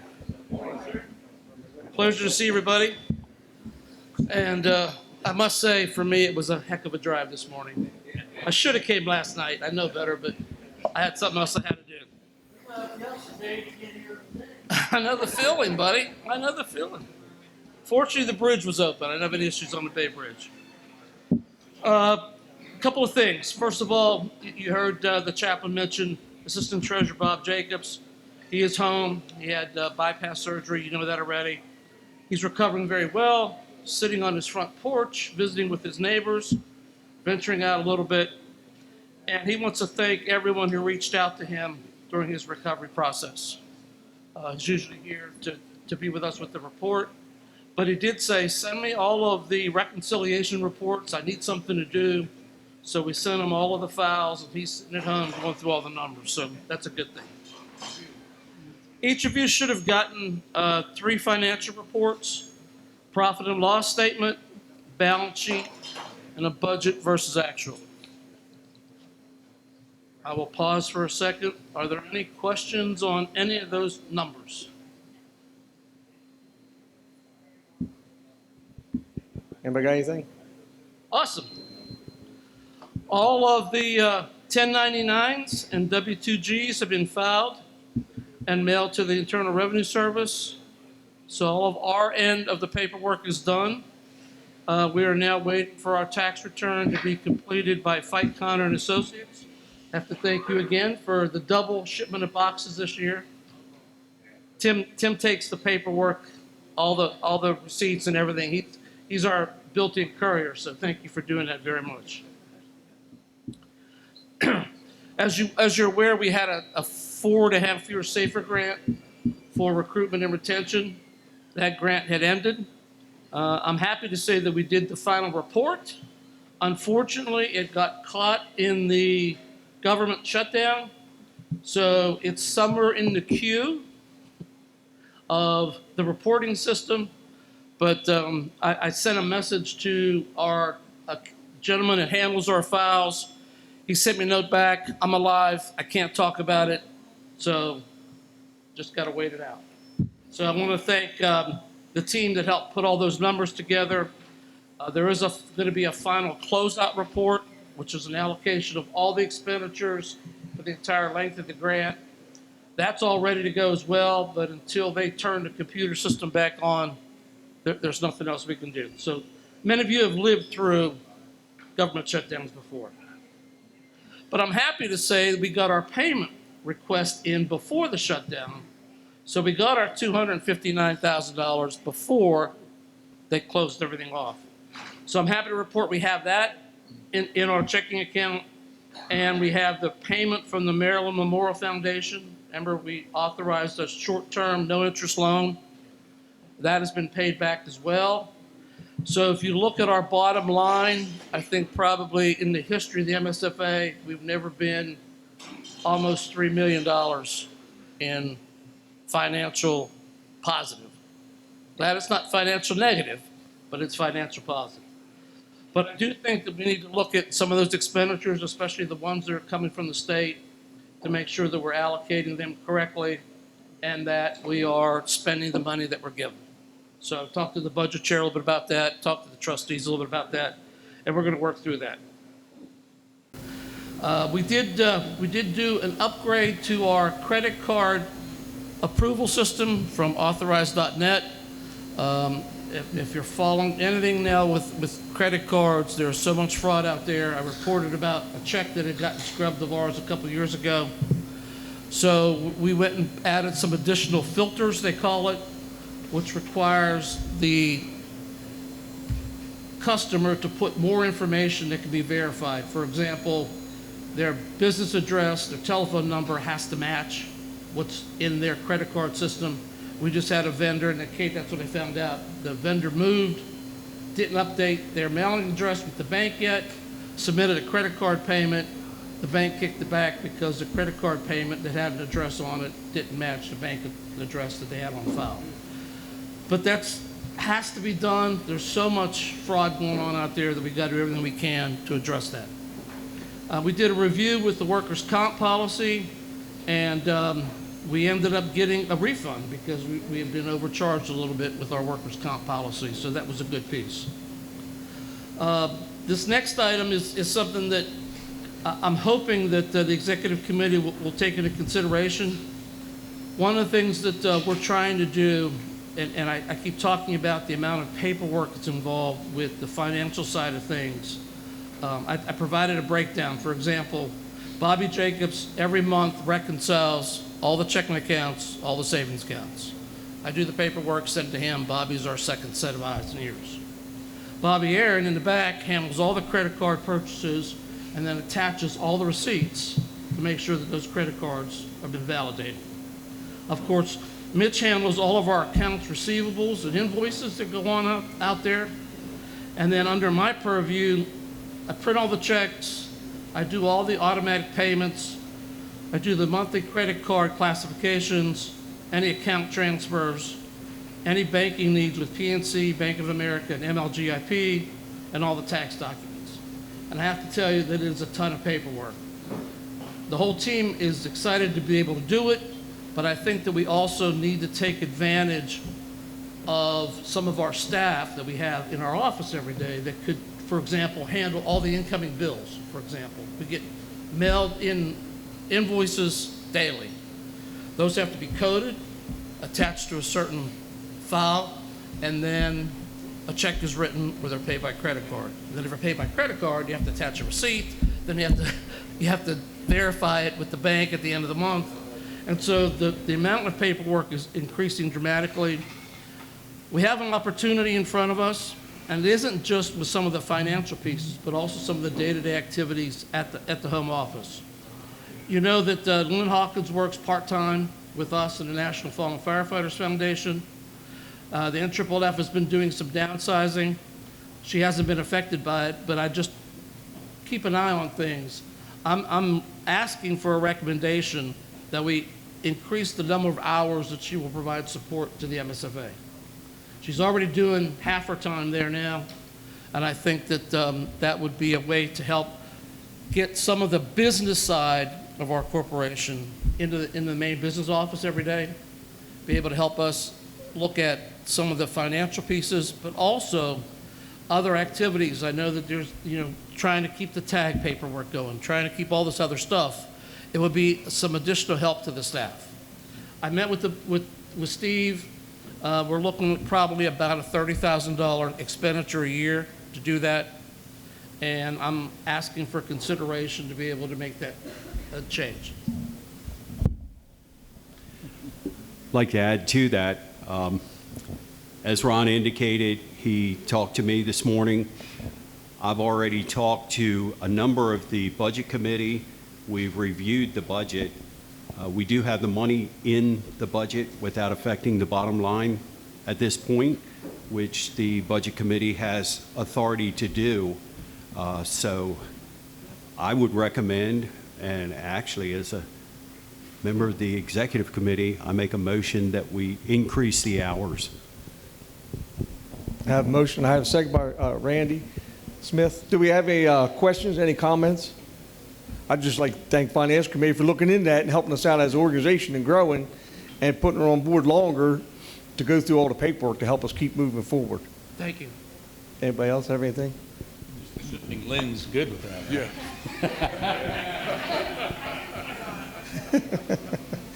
Thank you all. You got to vote. Yes, he voted second. All in favor? Aye. Opposed? Thank you, sir. Thank you. All right, Financial Secretary. All right, good morning. The dues, we're pretty good shape. A lot better than we usually are this time of year. I put the third and final notice out. It was mailed on April the 6th. And as of right now, we have in Charles County, Indian Head. PG County is Germantown. PG Marine Fire and Rescue. West Lanham Hills. Montgomery County is the Volunteer Fire and Rescue Association. That's it. That's the only ones that owe dues to this point. If you contact them and they come back and say, I paid, I haven't received it. I'm not saying they haven't paid, I just haven't gotten it. Okay, we know how the USPS can be, and sometimes you get it on time, sometimes late, sometimes you don't get it. So, but they're due, and they have to be paid before the end of the first session. At that point, they are suspended and cannot vote at the convention. Credit card receipts. Bobby Aaron reports that she definitely needs, as Ron pointed out, she needs those receipts. That's part of the audit at the end of the year. So you need to get the credit card receipts to her. She likes them on a monthly basis so they can get reconciled in time.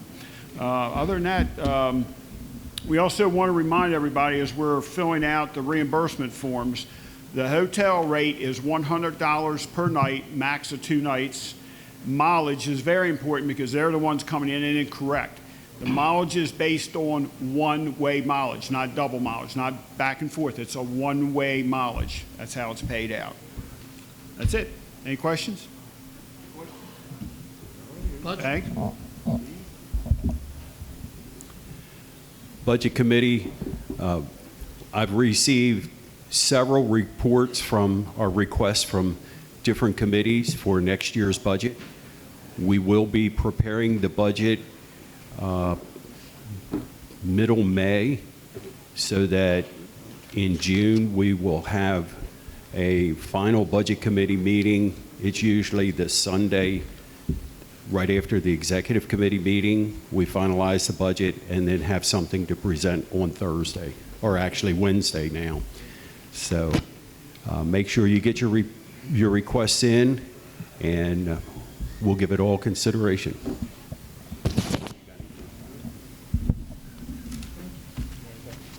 That is our report, unless there's any questions for any of us. Any questions?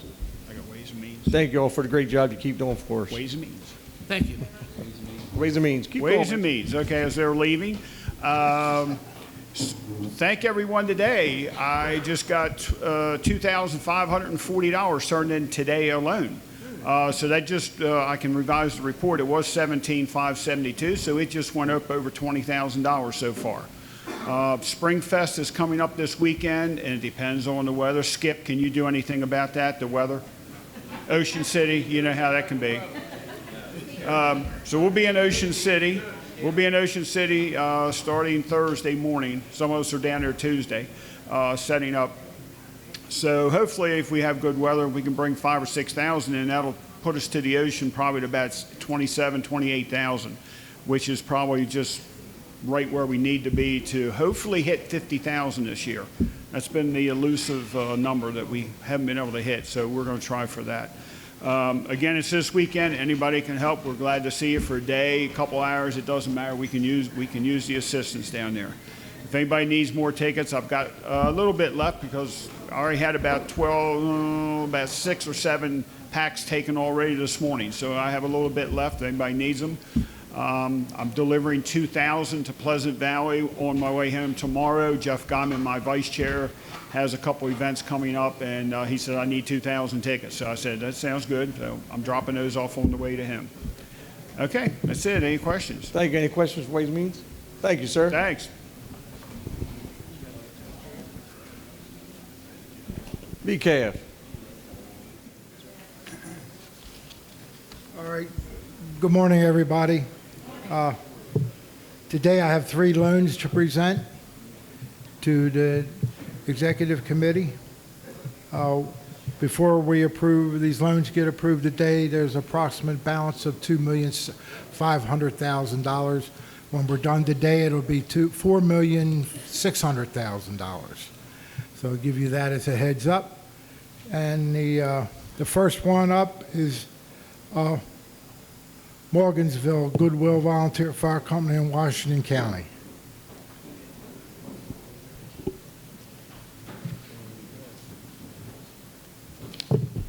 Who was that, Joe? Morgan's.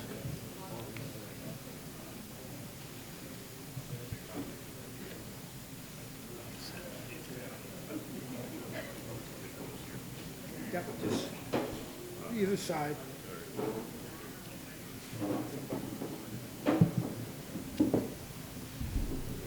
All right, if you give your name and your office for the record. Good morning. My name is Zachary Toth, Assistant Chief, Morgansville Goodwill Volunteer Fire Company, and I'm a member of the Apparatus Committee. I'm Mark Miller. I'm the Fire Chief at Morgansville Goodwill Fire Department. Okay. Morgansville came to us for a loan for a new engine. The value project is worth $1,375,000. The cost of the apparatus is $1,335,000, of which of the 1,375, they're putting up an additional $40,000 for the equipment because we said we don't finance equipment because we know it doesn't last 15 years or longer. So with that said, they are asking for a loan in the amount of $750,000. for payback 15 years, and that's, if I find it here, 50, they are putting up 44% of the value of the unit. That's a quick estimate. So they're borrowing 56% of what the value of the unit is. Does anybody have any questions for the gentleman from Morganville? Can you spell your department and your last name so the secretary can record that? Yep, Morgansville is Maugansville.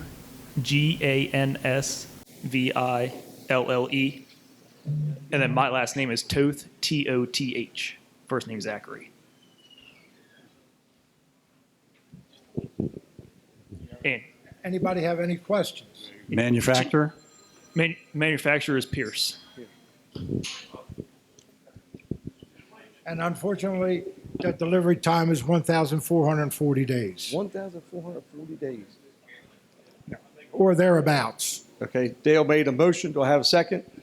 Second. Any discussion on the motion? Any questions? All in favor? Aye.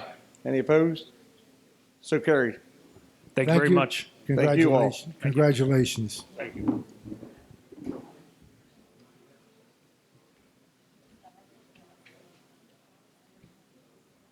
The next application is application 8304 from Sharpsburg.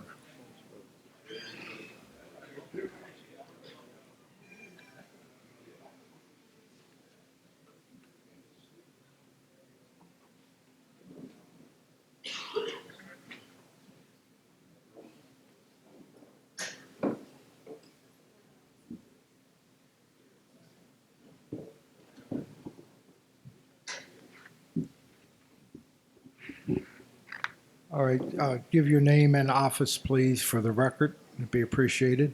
My name is Diane Reed, R-E-I-D, and I'm chairman of the board.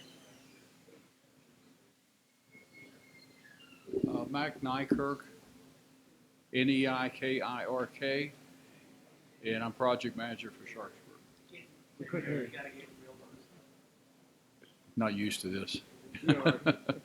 It's Mac, M-A-C-K, his first name, Nykirk, Neikirk, and I'm project manager for this project. Okay, Sharpsburg came to us and asked for a loan to replace an ambulance. The total cost of the project is $460,000. They are asked for a loan of $276,000, or 60% of the price of the loan, and they're putting up 40%, or $184,400, with a delivery time sometime in '27. That's the best they can be given right now. It's a 5-year loan, and they pay it annually. Any questions? The loan amount is $276,000. Any questions? Making a motion, Dale?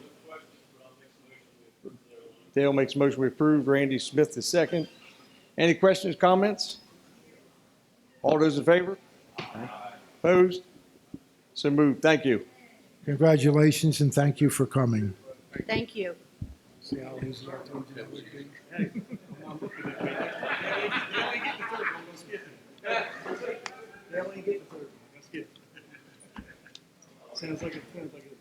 All right, the last loan for today is application 8302 from Waterwitch Fire Company in Cecil County.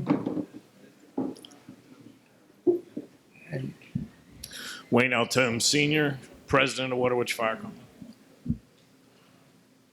okay, Waterwitch came to us for a loan to replace an engine. The total cost of the project is $1,380,510. They've asked for a loan in the amount of $905,510, or 65.6%. They're putting up $475,000. The length of the loan is 15 years. Any questions? It's a Pierce, I do believe. It is. Make the motion. Motion by Steve, seconded by Doug. Any questions, comments? All those in favor? Any opposed? Motion carried. Thank you. Thank you. And I would like to just say that this is our third loan through the Volunteer Company Assistance Fund and the Low Interest Loan Board in the past. And it has saved us an enormous amount of money. And we appreciate this program helping us along the way.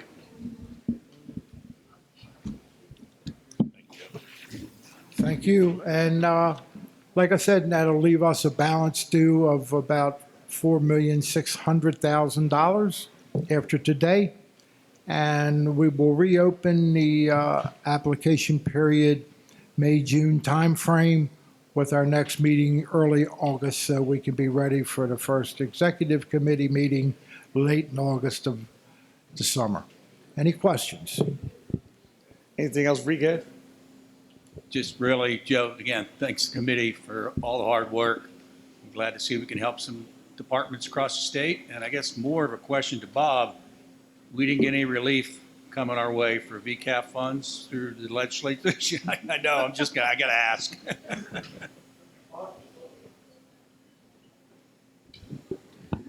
No, we didn't. But what I can tell you is we do have a deputy chief of staff working with us now into the next budget already. We've already had conversation on this across many fields that we can use some economic help. Good. Thank you. Thank you, Joe. Thank you, Joe. All right, gentlemen, thank you for your time today. Let's move into the Constitution bylaws.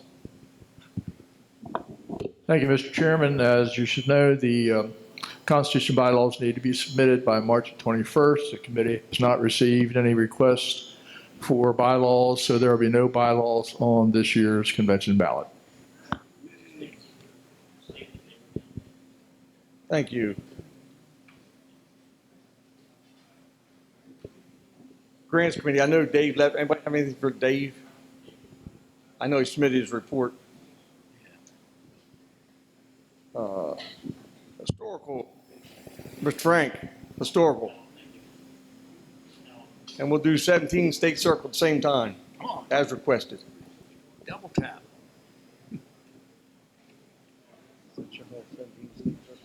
Morning, ladies and gentlemen.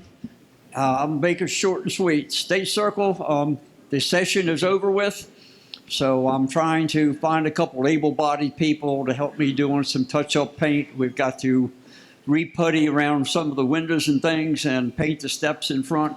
I'm getting the paint, some new paint cans. The old ones kind of fell apart, I guess. So, will anybody like to volunteer to do some manual labor sometime? Because I get there usually summertime about 6 in the morning, leave by 8 because that's free parking at that period of time. So that's State Circle is pretty well covered.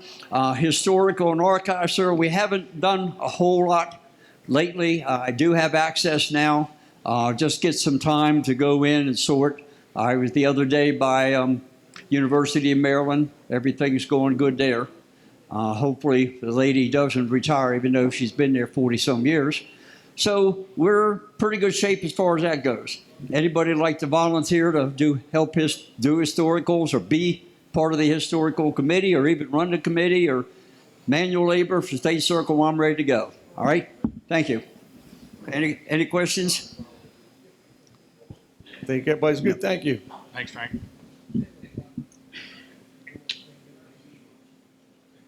Sergeant at Arms. She's up. Sergeant at Arms.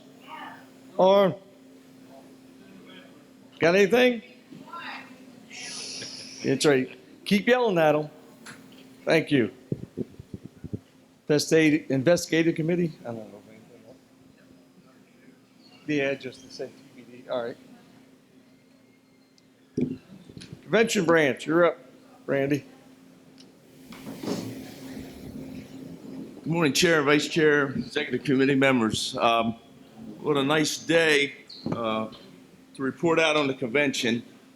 And with that said, we're about 65 days out. Time is ticking. I want to thank both Mr. President and Madam President. We had a walkthrough this past Tuesday with the Convention Center folks. Everything's on the track of our current convention. We was able to have 3 or 4 of the convention folks meet with us, so a lot of things are moving forward. Also, they reported that first time in a long time we won't see any construction equipment or anything on site this year. Everything is in place right now. 2 things, both escalators are working. It was working Tuesday, I can't guarantee you, but working Tuesday. And all the elevators have been replaced in the convention center. So we got that report. With that, I was pulled aside, and as we go forward, as you well know, they're looking into a parking garage out front. Ron had reported that, and we've been reporting that.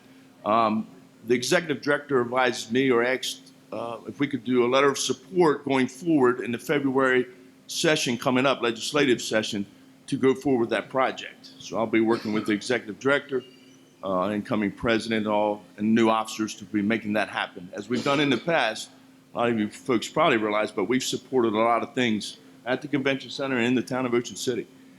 So they're asking all groups, just not us. So the MACO, MML, all their known convention goers, they're asking for letters of support. So that would be a parking garage out front. Not sure on how tall, what the dimensions are, but it's out front of the convention center would be. So I just want to update this committee on that. So going forward, we'll be working with them behind the scenes. Any questions with that before we move forward? And then I just want to update on the report on that. Today, also want to announce that we have secured Ocean Downs as a sponsorship for the awards / after party that would be held at Ocean Downs. They are sponsoring that event for us. That was a tough task, but that was done, and thanks to the group through the behind the scenes, the logistics, and all the work that's been put in place, and working with the town of Berlin also, we was successful to make that happen. The parade group has been working a lot behind the scenes. You're going to see some changes, I can tell you. We dropped back on trophies this year. We're going to still be giving trophies. Going to do some cash prizes because we've talked about this because we've got to draw. That was the big intent going into this. We need to draw. By moving the parade to a Saturday, we're hoping to draw more folks, more of our departments to come down for this event. Also, participants will be receiving a small token of the appreciation of this association. I'll announce that at the awards ceremony, but right now we will that's a parade thing, but they will be receiving that. I'm also pretty glad to announce this announcement. As of yesterday, we were able to secure a string band from the Philadelphia area from the Mummers Parade Association. So they were participating in this year's parade in the town of Berlin. So that was a big task also. So a lot of things has been moving behind the scenes with that. And I got to give the parade group a lot of credit. Paul and Roger, they've met us several times. We'll be meeting again here shortly on some things that we need to finalize and logistics. I think Roger spent one day a week in Berlin in the last couple months trying to figure this thing out, and he's got her. So I just want to appreciate all the hard work behind the scenes with that. Also, just to let people know, the town of Ocean City is supporting us. Still, we are getting logistics from them to help out with this parade, to include buses. So there's no hard feelings here. We're still working with the town of Ocean City on a lot of things. So just want to update this body. Go Team met back in February. It was one of our first meetings. It was a kickoff meeting. We'll have another one in May. Reporting out that one of our trailers were working. If you know the backdrops on either side, the AV trailer always sits to the left of the house if you're facing the stage, and then to the right, it's been the National Fallen Firefighters Foundation for years. This year, we've chosen to take one of our own trailers to put up there as a backdrop. So everything will be Maryland across the front of our stage this coming year. Also, one of the things we want to bring back, and I'm working closely with Mako, and I think we can make it happen, is bringing the county flags back on a post, not marching in, but on post. So every county's flag will be in the ballroom hall. We're going to make that happen. We want to bring that back. So it's a new but old thing. We want to bring that back. So at this time, I'll turn it over and let the folks sitting at the table and whoever had on the branch managers, and I'll start with Randy on the administrative branch if you had anything, sir. I want to thank everyone involved with the transition, the changing of the parade location, and coming up with some new, hopefully innovative and welcoming ideas. Try to gain interest for the parade goers, and also making the needed changes to answer to the survey to trying to have the parade on Saturday. So hopefully it will be a positive success and moving forward. And also echo my sentiments and thank you to Rob and his team. I know Kate, Ron, and Roger, and past presidents that's not in attendance today. But everybody had a hand in the changing and the relocation of everything. We just gotta now put the rubber to the road and make it work. So, thanks. Thank you. Kate? I reported earlier just on the exhibitors and the seminars. Please, please, please share the information with your members. Talk about it at the at your county association meetings over the next month and a half. We're seeing a lot of registrations for the seminars. We just want to make sure that we're supporting the instructors who are coming in from all over the United States to teach for us. So please push that. Also, Robbie, did you want to mention the Sea of Blue? Yes, thank you, Kate. Working with the chaplain, we had one meeting. The Sea of Blue will be back. We have some other folks working on that team. Actually, we grabbed a couple more over the past week working on that. So there'll be a team working on that. It's going to look a little different, not much difference, but we're still going to bring that back. So we're encouraging people to do that and trying to honor the people that we're honoring on that day from a company perspective and from an association and from a whole state perspective. So I just want to let that's why I think that's important to bring that back. So thanks, Kate. And the only other thing that I had was the parade registration. So please share if people are, saying, yeah, well, we're going to come, we're going to bring apparatus, or, even, and it doesn't have to be fire apparatus. We have antiques, we have, performing units, twirlers, other high school bands. So if you put the word out within the counties that this is open to all, but please just have them register, so this way we have an idea of how the staging is going to go, and Roger can plan accordingly, because it's going to be a little bit, it's going to be a lot different than we normally do in Ocean City. So the more information that the parade group has as far as who's attending, just please push that registration to them. And the link is in the weekly reports. It's on the website. It's on the convention website. So, but if you do need it, just have someone reach out, and I'll get that to you.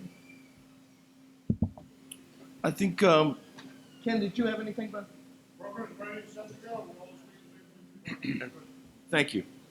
Ron, do you have anything? Just, I'm going to have a dual role this year. Robbie's asked me to serve as his XO, which I will do that upstairs, and then I'll be running downstairs to the finance room, supporting Bobby Jacobs, because we've got to make sure he's up to speed. But I've talked to Mitch and Bobby, Aaron. We're good to go there.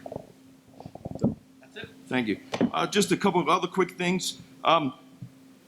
Apologize, or we have issues and variables that come up with the mail out. We've had a couple things come out with that. I'm just here to report. Sometimes it's the printing company, sometimes it's communication.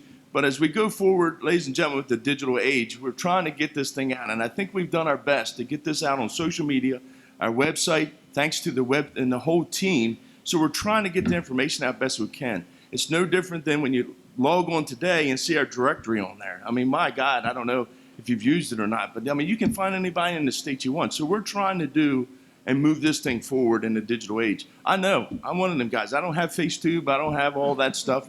I call it FaceTube, but it's Facebook. But what I'm saying is that I don't use that stuff, but our members use that. It's not just about us.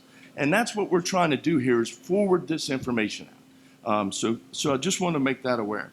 And then one last thing is the recommendation from the parade committee. We had a discussion back in December. It's been a while. But being this is a neutral year for presidents because of the way we're going to have it on Saturday, the recommendation from the parade and myself would like to see the presidents, Madam President, and executive director's vehicles be in the parade. We do have vehicles, and it would be nice to show them off and kind of promote us. We're in a different town. The more information we can get out about the MSFA, I think is the better. We talk about this all the time. So I'd like to see if we can make the recommendation that our presidents be in their vehicles during the parade and drive through. You'll be in the beginning, so if things has got to shake around and happen, we'll make it happen. We'll start off the parade with our leadership. And I just want to bring this before this body. If there's any questions or comments on that, I'm willing to hear them from anyone. Even Anybody the got presidents. comments on that? Any of the presidents, any committee members? I'm just bringing that up. Okay. I'm just making sure. Just a comment on that. Okay. That's why we have the vehicles marked. We have lights on them. They're welcome to be in any parade that they are invited to or that they want to participate in. We certainly support that, and certainly the car committee supports that in our own parade. That kind of means a lot. One last question I have, and I have a question. We're looking at different changes going forward, and the one thing that I've looked through and went in detail is our program, our convention program booking. The only question I have is we stick a lot of reports in this thing. We stick a lot of other things that I think we can condense our program book that we hand out. Yes, we'll save a few dollars, but it's not really about that. It's condensing and getting the right information in there. It might not happen this year, but we're asking for a lot of reports, and we have a lot of reports here today. We have a lot of reports in our proceedings books. So I think we need to look at it, and I just want to update the executive committee that that's something we'll be looking for in the future, is to narrow that down. If you look at our program book, I think we're up to like 130, 40 some pages worth. A lot of your books are condensing to 60 some pages. So I just want to make that aware of the executive committee on what we're doing. So if you have any questions or comments, that's why we're here. Appreciate the time to report out today, and I look forward to seeing everybody at the beach. Anybody else have anything? Go, Randy. So with the illness of Ron Watkins, we pray that he's study recouping and doing better and well. We miss him. So having said that, I haven't got an update on his health, but having said that, we are in need of bodies that are possibly photographers that will help out because we had the one young gentleman to help us, a grant dried up, so he's not available. Of course, Mr. Watkins. So right now, I talked to Jonathan yesterday, and he said he was willing to help out some. And I got one of the members from our department.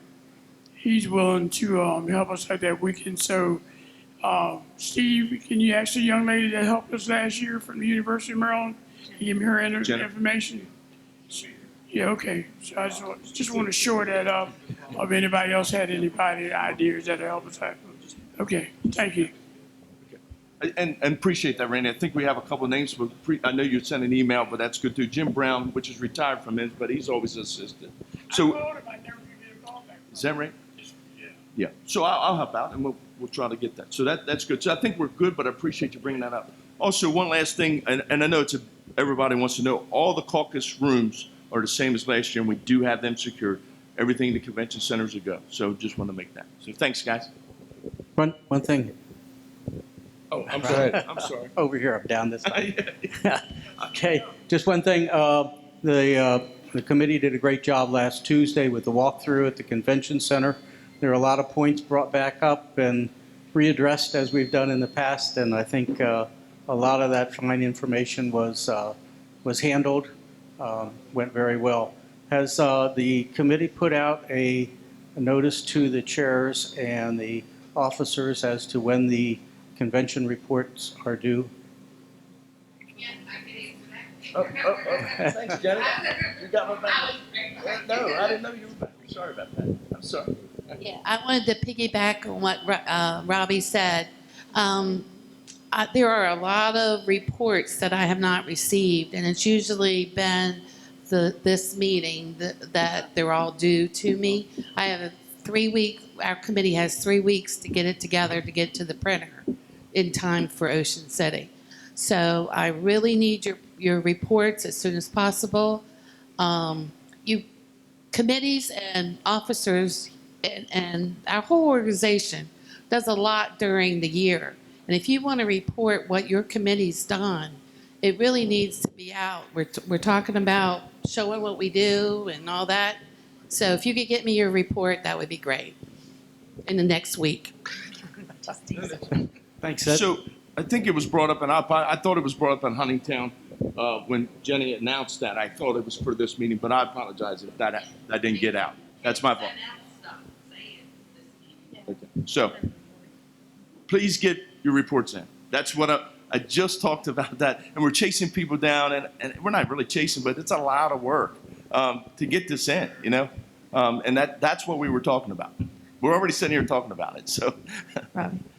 And I think that the point of not including them or, looking at future editions of the program book is, yes, as much as, we want to showcase what the committees have done throughout the year, those reports are already posted online through each executive committee, on the document section. And when you look at some of the reports that come in, some of them are from the same committees every year. We don't get a lot of the outlying committees that really either aren't doing a lot or they're just not handing their reports. So it's either like, are we going to do all, or are we going to do none, or are we going to look at, downsizing some of these reports? I mean, obviously the officers' reports are perfect to be in there. They need to be in there, the president's reports and so on. But when we look at the committee reports, if they're not all going to be in, we just don't know if it's better to have all or none. Are we showcasing the entire association? I think it's important to have the legislative report because in June that will show all of the bills that have come through and how it affects the state. But since everything is, and we talked about digitally, all the reports are digital online for anybody that wants to see what the committees are doing. Again, why I'm asking all the time for meeting minutes so we can post those so people can see the transparency of the association. But we look at the redundancy of what we're posting in those printed materials. They're in the following year's proceedings books and stuff like that. So that's kind of where we're going with posting the committee reports. And then Ginny and her team have to, like Robbie just said, chase down the reports every year and try to get them in, try to get them, up to date. Because by June, you already have an April report. What's changed between April and June? And is it a up-to-date report for our membership? So just something to think about. Any other comments, questions, Mr. President? My biggest thing is I think that the book is what's important. That's what our membership relies on. It's what we've relied on for many, many, many years. We are not a digital organization. We are an organization that sits and works. We come to these meetings on a regular basis to sit down, to network, to talk to each other, and to find out what's going on.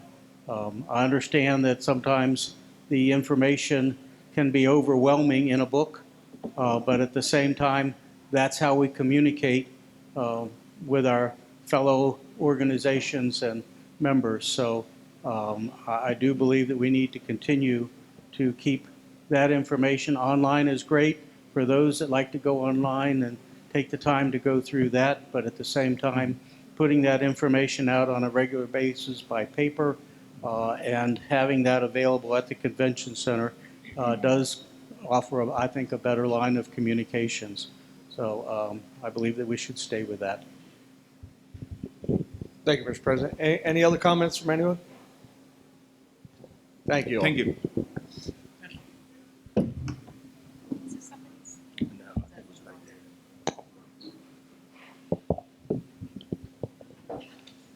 Resource Management, Dale. Your group's up. You got Bill Hildebrand.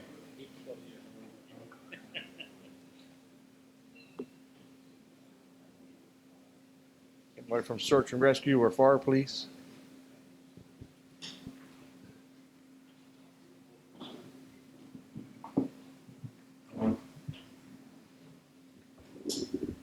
Good morning. The MDM Fire Personnel Group Committee report you have written. The committee for a year and a half has not met. We have not pursued training as MDM has not shown interest in utilizing us. I realize that the fire desk that used to be a part of the SEOC no longer exists, and now it's a fire and emergency services desk. After 2 months of no response, I reached out one last time to Russ and have finally gotten a response from him, and he told me that Keona Black would be reaching out to me. She did that day. I asked her to put in writing what she was telling me she was looking for. And I will go through that. The first thing is one lead POC from the MSFA to via liaise to the Response Coordination Branch on Fire and Special Operations SEF, Maryland SAR and Rescue Task Force. In the past, when I was there trying to coordinate this, we did have somebody from the MSFA Search and Rescue Committee. That was Scuba and Mike Burnham. They were very instrumental up there at the time. So we do need a POC for that. That's going to be the main person up there. Need 2 alternate POCs to serve as backup and help to reestablish the MSA MDM response relationship. That's where I feel this committee that I chair could be the ones doing that. All 3 of these POCs will be invited to our in-person quarterly meetings up there and in-person SAR meetings up there. MSFA point of contacts will also be engaged in helping us write and update the fire, and now it's called Special Operations SCF, checklist and playbook. We have partners identified from the Metro Chiefs so that they are a true combination of subcommittee representing the nature of the Maryland Fire and Emergency Services.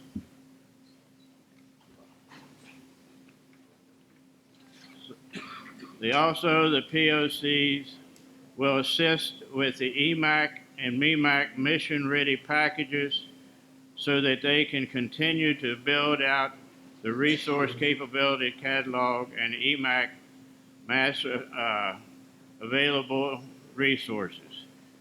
So, I give you a little bit of background there as to what we were trying to do, and my recommendation is someone from the Search and Rescue Committee or your choice of a subject matter expert represent the MSFA to be the liaison with the Response Coordination Branch and the Fire Special Services Matters and the Maryland Search and Rescue Task Force. Myself and one other of your choosing could be the alternate point of contact to serve as backup and help reestablish the MDM MSA response relationship. I am to report back to Keona the first part of May with the names of those POCs. This is, I think, a very important. We need to reestablish this relationship we have with the Department of Emergency Management. And I leave it with that, with your recommendations on the response. Any comments from the exec committee on this?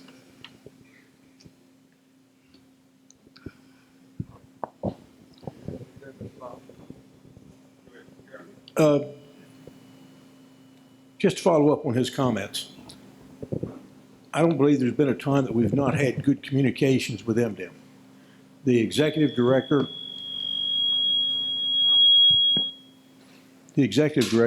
is in contact with them on a regular basis, and I know legislatively I've been. Every time we've had an issue, they've been responsive to any of our requests, and there's not been a delay in getting information. They're more than willing to help out with us. We have had a formal relationship. We had a lot of other things going on, not only at the level at which the ED and myself is dealing with them, but what Mr. Hildebrand is talking about here now is an operational, another line of communications. So I don't want anybody sitting around here to think that they've not been responsive to us. They have been responsive. Anytime we've reached out, they've reached out to us for different things, but not on the same level that we've had in the past and things like that. I believe what he's brought up is very important. We need to have the right people in the right positions for this. It's a lot of work. But do not sit here and think that they haven't been responsive to us, because that's not the case at all.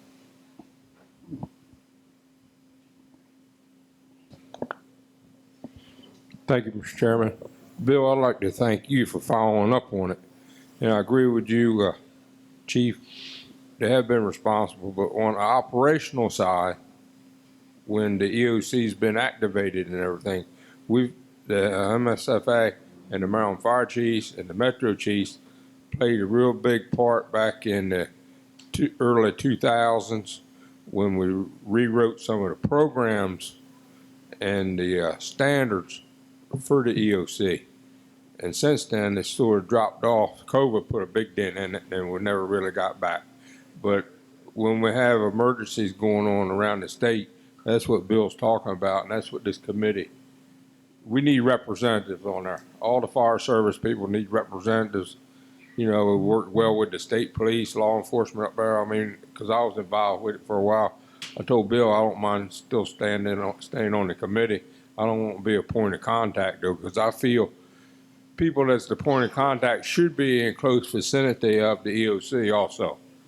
Because we need somebody to go in emergency time, like in Rouge City, to get up there, you know, they already got something decided by then. But I think it's important, Mr. Chairman, that we do have representatives assisting them with the operations. Thank you. And we do have several on the committee from up in the area.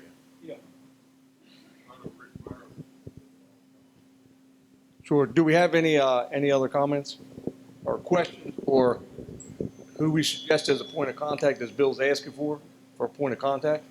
I mean, you can let me know later, but I just feel I will continue my efforts with this committee and doing what we need to do with getting the SCFs and everything of those rewritten. When I was there, I helped write the one that they were using. So, search and rescue is very big up there, and I just feel it needs to be not myself doing that, but a subject matter expert in that other than myself. Mr. Chairman, I would say look at our search and rescue committee that we have now and see if anybody on there, talk to that chairman and see if anybody on there would like to do that. Like you said, Scuba took care of the Swiftwater and Mike Berman, the Swiftwater rescue stuff, though, you know, because that's what they did all the time. So it is important, and I think we have the right people that can be on there. That can do it. Yes, sir. Yeah. Thank you. Mr. President. Yeah, past President Roger there is absolutely correct. The things have changed dramatically with the operations side of the State Emergency Operations Center, with the Response Coordination Branch and so on. Their resilience campaign and so on is doing really well. Yeah, we've kind of dropped down in our responsibilities in some of the work at the SEOC. One of the big things, again, is the search and rescue side. Our folks on that committee have done an absolutely fantastic job for many years, and as Roger put it, 20 years ago we started that. It was a big thing. Bill and I were there 20 years ago, and 20 years later, we're kind of slowing down too, and that's what's happened. We need to go out and find some of our really active folks. Mike, Berna, Scuba, all of those have done a fantastic job over the years. It goes back to what we've talked about, what I've brought up many times in the past, succession. Who do you have coming in to take your place? And, it's tough to find them in today's world. It's tough to find them in our own fire departments, bringing them onto the committee and so on. So, folks, if you've got somebody in mind that is really into this type of thing and they'd like to play a role with the State Emergency Operations Center when activated in some of these big search and rescue operations, get that information to Bill so we can move that forward and become a more active part in our state emergency operations. It's really key. These are the people that know what's going on. These are the people that are part of today's world of response and operations. And we see it in our own departments, in our communities and so on, where there's more teams being developed and more specialty skills that are out there. So get those people involved. They can be a major benefit to the state's emergency system. So thank you, Bill. It was a great report, and hopefully we can move forward. But everybody could, it was mentioned by, I think, the Aviation Command this morning, and next week, I think it's next week, they have a big SARX where we could definitely be a very big part of that if we could get our committees and all involved with them. Thank you. Anybody else got comments? Okay, Bill, I'll reach out to Chairman Bilger and pull it off him so we can come up with a name as a committee and send you so we can have that point of contact. All right, look forward to it. Thank you. Thank you.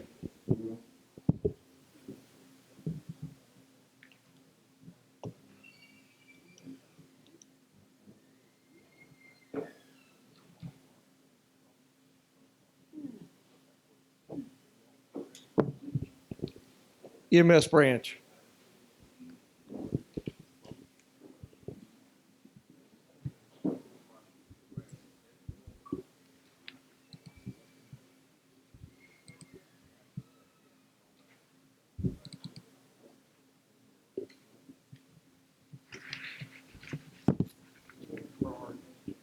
Good morning, everyone.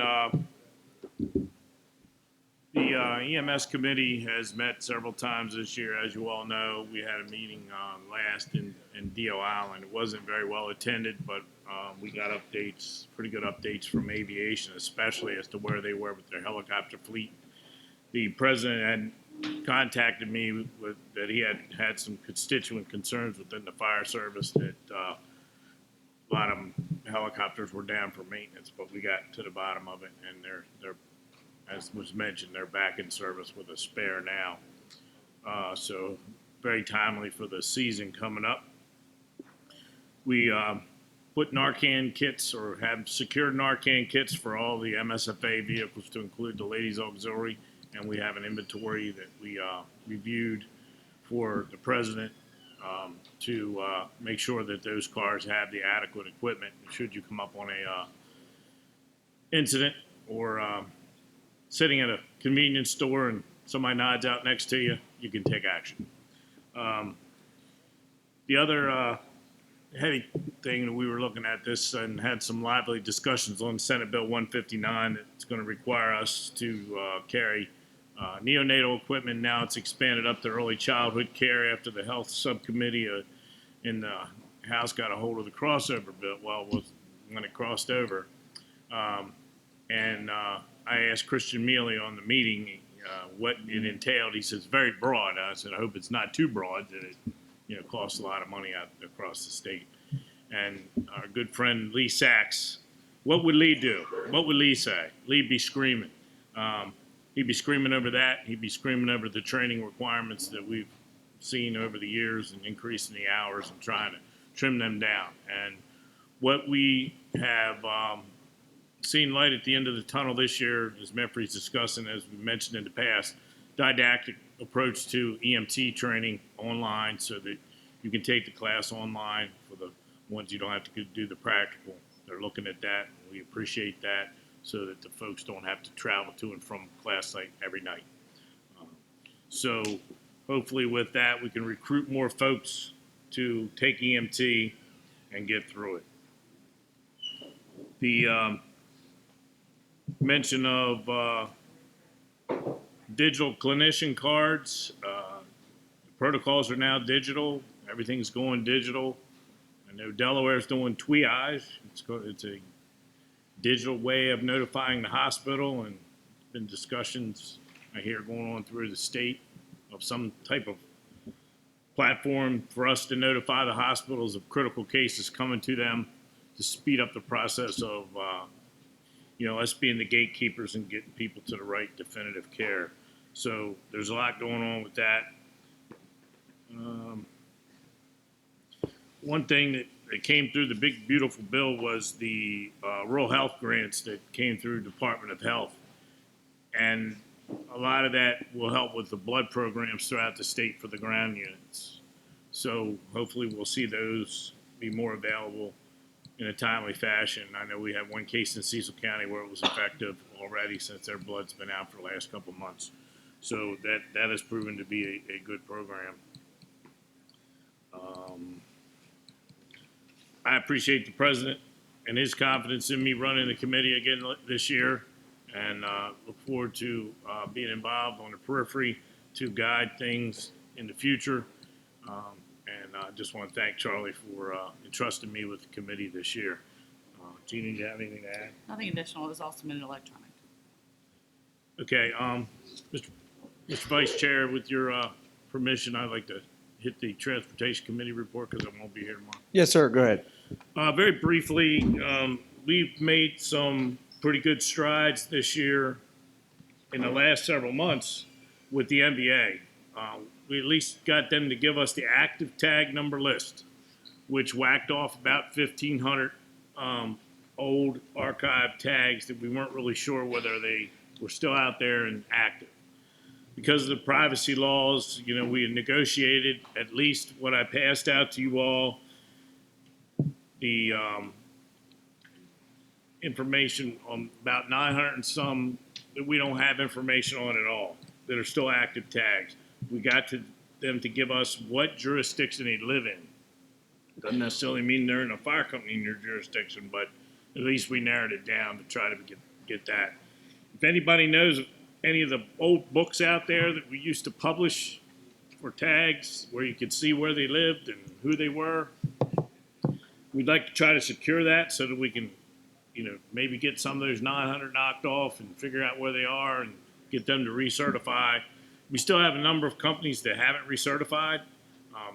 We've been nibbling away at that. Hopefully, that'll get some more attention to, get down to where we really need to be as far as everyone recertifying and paying their $10. Because we got about 2 years to go, and we're going to be doing it again. And it's not fair to the companies and the members that have paid their $10 or other ones that not have stepped up to the plate and contributed. There's about 4,500 active tags out there now total. So do the math. That's pretty good income as it's spread out for the operation of the association. So with that, it's been a 6-year, sometimes frustrating time with this process, but we've gotten down to, I think, a seamless process now for getting tags and getting tags replaced that need to be and getting recertified. So it's been a pleasure working with all the coordinators and trying to get this down to something. Want to give a shout out to my company member, Nick Robbins. He just got in the company 2 years ago. He works for the, he's a contractor for the Army. He was over in Afghanistan. He did logistics for field operations, and he was the computer guy. And this guy can whip out stuff in about 5 minutes that I wouldn't even have a clue how to get to. He merged all the lists, came up with, you know, what was not on the list, and got it down to a printable format so that I could distribute it to the companies so that they could work with it, rather than having to sift through a big 4,500 jumbled up list. So it's been a pleasure to work with everyone on that, Lynn and Kate, and all, trying to get this to a point where we can get it online, it can be updated online, and in the future, it's backed up so that nothing can happen to it like it did in 2019. And it's been an arduous task rebuilding from that catastrophe as far as the data, rebuilding the data. Any questions from the exec committee? Randy? I just thought about something you said. Have you, the books, have you checked with like Frank or Dole or any of the past presidents or see if anybody's That's why got I'm any saying books? today. So if anybody's got a little booklet, we'd like to have it, to at least look at it, and we'll give it back. Okay. And are you gonna bring up about that letter? Are you gonna bring up about that letter from the Well, state? I did propose in my report that we need to send a letter to the Secretary of the Motor Vehicle Administration to be more diligent and allow us to declare when someone, through validation of their company, when they are no longer a member, to recover their tags and issue them civilian tags so they're not displaying our tags any longer. I've heard that around the state. Why can't we get the tags? The guy's still running around with the tags, and he was thrown out for stealing from us or whatever. And it's not right that he's displaying an MSFA plate, which I have to agree. And it just has not been on their radar. They don't seem to want to mess with it. But somebody from the top down's got to tell them they need to mess with it and, you know, do what we tell them, because it's our members, companies that could be a negative impact on them still running around with our logo on their vehicles. Mr. Chairman, I'd like to make a motion that we support the committee chairman's endeavor in sending a letter up to DMV and see if we can get this moving forward. All right, get that motion by Tim, second by Dale. Any other comments on the motion in a second? All those in favor? Aye. Opposed? So carry, Wayne. Thank you. Go, Randy. And also, you're not discussed the possibility of maybe not in that letter, but another letter to get them to be more supportive or if any other way that they can help to track down those numbers and stuff. Yes, and I think that would have to go to the State Attorney General's office to really sort this out, because they've tried to do it at the NBA level, and they're still hanging on the privacy laws. We did do some research, and we think that based on some of the language in the code and what have you, that we are a quasi-state agency and should be given rights to that information, but they're not there yet with giving us that information. You know, and they gave us a little bit. They gave us the active tags, and then they said, well, can you give us at least the counties that they're in? So they gave us that. That's what I gave out to them. So we're getting there. They just need to be nudged from the top or go higher. Mr. Chairman, should we ask the chairman to work with our attorney and see if she can figure out where to send something at that point? I mean, maybe, okay, why don't we? It'll give us a good starting point to see where Yeah. she stands. Yeah, see what she, supporting us. let her look at some of what you guys have looked at. All right. Get a more legal opinion of it, and then move forward with it from there. To see if she could help us through the process. Good idea. Yeah, Mr. Chairman, Wayne, one other question. You have any idea how other organizations handle it? I mean, there are organizations, AMVETS and Knights of Columbus. I mean, some of these large organizations that are statewide have, what do they Same do? trouble. I did talk to someone in a Lions Club that they had the same trouble getting some of the information. So we're not alone in this. But we are a little bit different than they are, being a public service organization related to public safety, and being the biggest one and all. I think that we are mentioned differently in some of the code language. So. Well, the tags initially came out to assist in identifying individuals to get through the fire line and respond to fires. So the intent of the tag initially was very different than just an organizational tag. And then when they expanded out the organizational tags, only needed 25, I think, tags to get an organizational tag. I think that's what blew everything out of the water. Yeah, we are still the biggest one, and I took the opportunity to have one of my free ad spaces in the Trumpet to advertise, to try to get more tags out there and get people interested in applying for tags.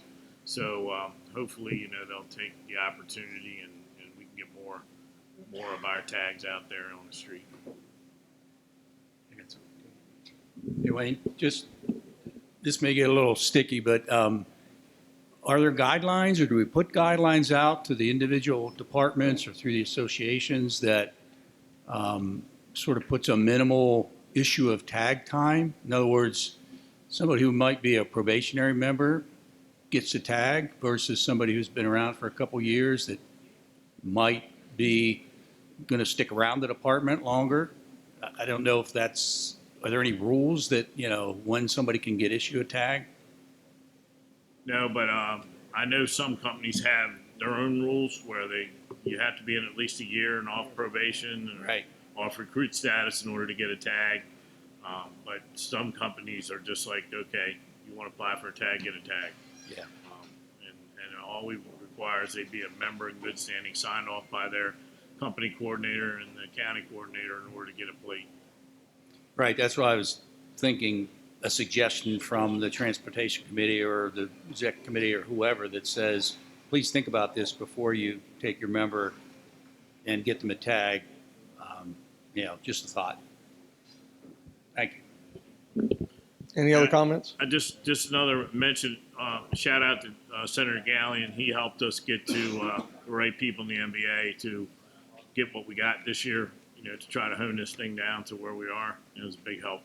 So any of you see him, he's former chief of Level Fire Company and on our side. So going forward with any of our efforts, he said he would help the legislative committee and anything we do next year.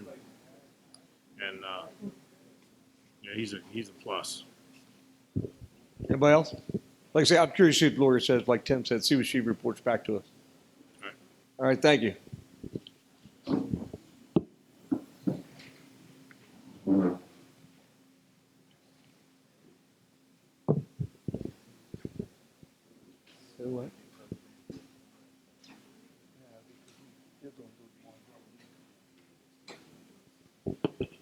I got one more. Just got a report before lunch.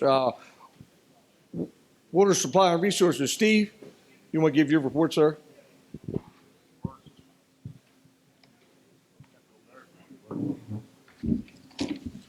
Thank you. The report submitted electronically. Not a whole lot this quarter. We do have a practical skills coming out at Abingdon on Monday, April 26th. They requested a small class for them and a couple of neighboring companies. One drill in the fall on the books, Talbot County. We recently purchased a flow meter. We'll be getting that in service very soon, and we appreciate the budget committee in allowing the budget over the years that we've had, because that's given us the ability to purchase this equipment to make this, the drills much better. And we got involved with a company out of Canada over the last year. It's called Protective Pump. They make a product called the Bear's Paw Separator.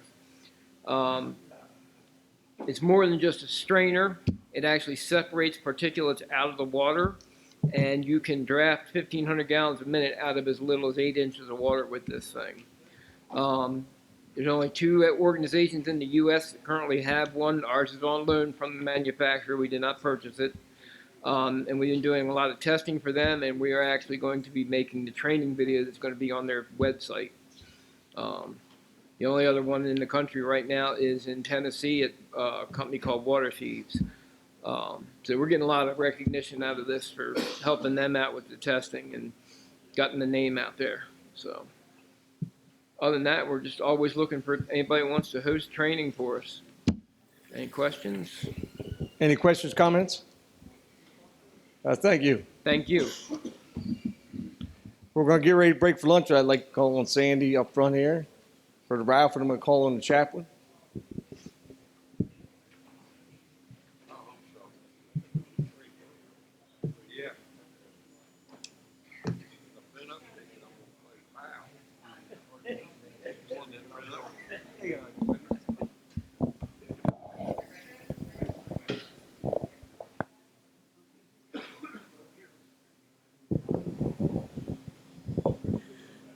Good morning, everyone. I want to thank you for your donation. The winner gets $288. The ticket number is 803271.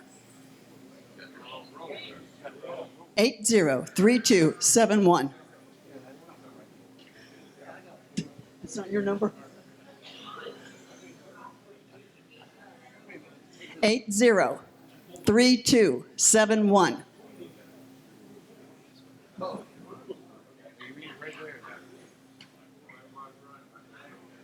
Buddy? Buddy got it. Thank you. Call on the chaplain for the last minute break. All right, before we go to prayer for lunch, please join me in singing happy birthday to Sharon Worthington. Happy birthday to you. Happy birthday to you. Happy birthday, dear Sharon. Happy birthday to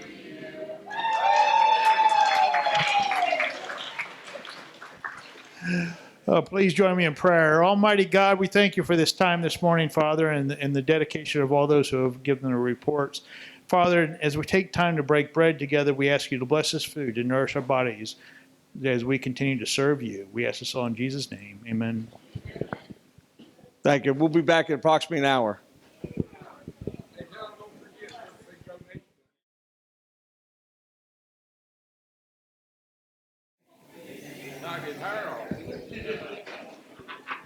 Okay, we'll start out with Fire Prevention Life Safety Branch. Whichever you want to go first, I'm ready. Good afternoon. I'm Kim Shelton, Vice Chair of the MSFA Fire Prevention Life Safety Committee and LAMSFA historian. Teresa Ann apologizes for not being here. She's down at Hebron today with the sprinkler committee and their side-by-side sprinkler display and the temperature display. Thank you, Chief Phillips, for bringing the reports for Teresa today. The side-by-side sprinkler displays will be on display at Hebron today. Sandy Spring Volunteer Fire Department, September 26th. Winfield Volunteer Fire Department, October 24th. The MSFA Fire Prevention Award submissions are due to the Office of the State Fire Marshal by April 30th. If you need assistance in delivering your award books or are submitting an entry for the Silver Spring Trophy Award, please contact Teresa so she can make arrangements to pick up your nominations. At this time, she's received 2 books, and she's aware of several more that will be delivered to the Office of the State Fire Marshal by next week. Please ensure all submissions are completed and turned over by April 30th. MSFA sponsors the annual contest to recognize fire rescue and EMS departments' efforts in promoting fire prevention in their communities. It's a year-round fire prevention program, contest, or a special project, such as open house or other fire prevention activities. An additional category recognizes departments who have shown an outstanding overall contribution to fire prevention and fire life safety education activities.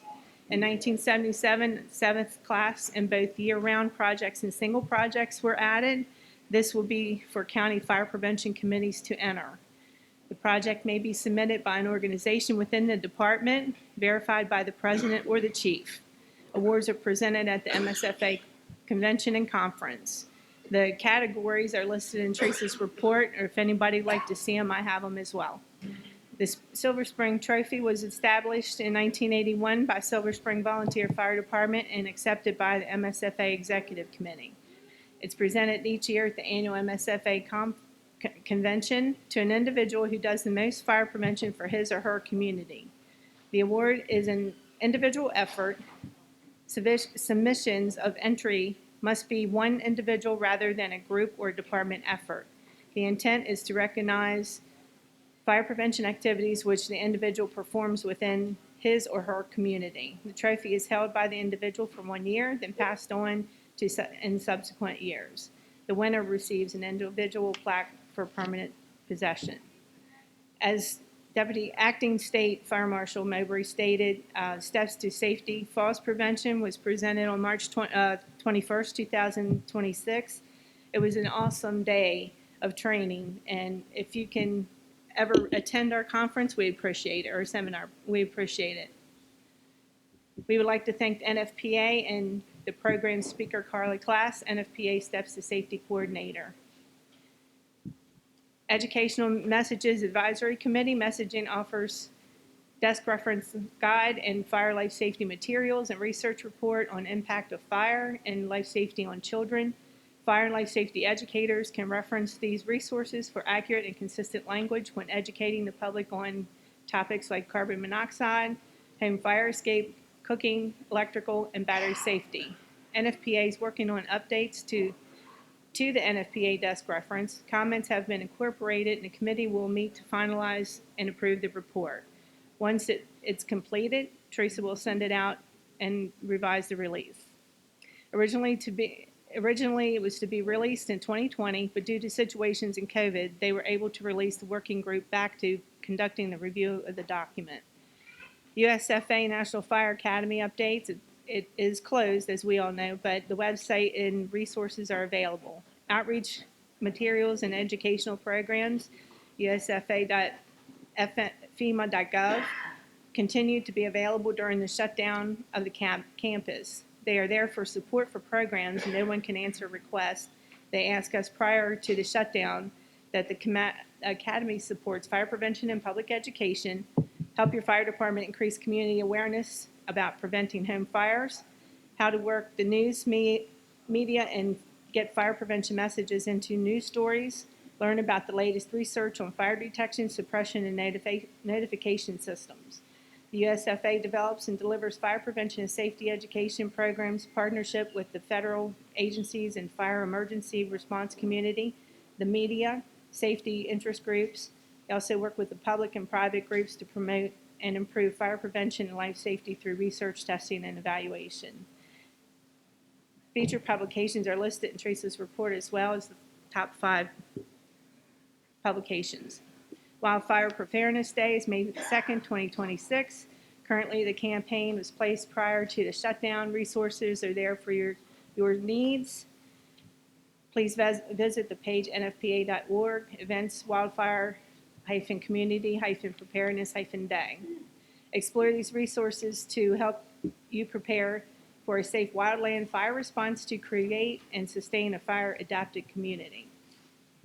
USA Fire Adapted Communities Plan of Action is one of the featured resources, and others are in her report. Vision 2020 updates. Sound Off is with the Home Safety Patrol is a fire safety program for students and their families funded through the Fire Prevention and Safety Grant from the U.S. Department of Homeland Security and FEMA. Sound Off has 2 major components. The first, classroom lessons for 2nd and 3rd graders about smoke alarms and their sounds, reducing home fire dangers, home escape maps, and home fire drills. The second part is home safety visits and installation of free smoke alarms provided by the grant in the homes of the students after they learn the 4 lessons. Materials and methodology reflect the best practices in CRR strategies designed They designed Sound Off to specifically meet the needs of low-income and high-risk students and their families. Initially launched in 2014, Sound Off, and it will expand through fiscal 2024 Fire Prevention and Safety Grant from DHS and FEMA to 34 states around the country. All Sound Off fire departments are given free online training and Sound Off in various activities. The FSRI research updates, they have a training academy. Training.fsri.org is an online platform developed for delivery, administration, and documentation, tracking, and reporting of educational materials developed to disseminate the research findings of FSRI and ultimately increase knowledge of the fire service. Information on creating an account, navigating FSA, and taking your course, view our Quick Start Guide. 45 classes support various topics. They range from 30 to 90 minutes. FASCOM Fire Burn and Safety Coalition of Maryland updates. The hard of hearing alarms have been cataloged by the Office of the State Fire Marshal intern and is working on a map to show progress the new intern will take and make the next steps so the alarms will be placed on the Get Alarm Maryland page. The Office of the State Fire Marshal's most important recent developments is the launch of the Get Alarm Maryland, a public-facing portal that allows residents to request smoke alarms directly through our OSFM. The enhanced campaign is complemented by a new tracking system and collects vital data to better perform and target future fire prevention campaigns. Currently, when alarms are requested, the installed on the map will showcase where they are on the state map. This will allow departments the ability to showcase their work to their communities. As you heard from Jason this morning, the 67th annual Mid-Atlantic Life Safety Conference will be held September 15th at the Crown Plaza in Annapolis. The committee is presently accepting presentations, sponsorships, and donations for silent auction. A video promoting the conference was recorded last year at last year's event and will soon be regularly pushed on social media to increase attendance. The MALSC committee appreciates the support from the MSA as well as the LAMSFA. The committee meeting dates are May 17th, 2026, time 10 a.m. MSFA, LAMSFA full committee convention and ambassador program. That will be the state ambassador program to name the next Miss at Level Fire Department. Community risk reduction weekends are May 16th and 17th, 2026, and October 17th and 18th. Thank you. Any questions? Everybody good? Okay. All right, great. Teresa sent all of you in the back.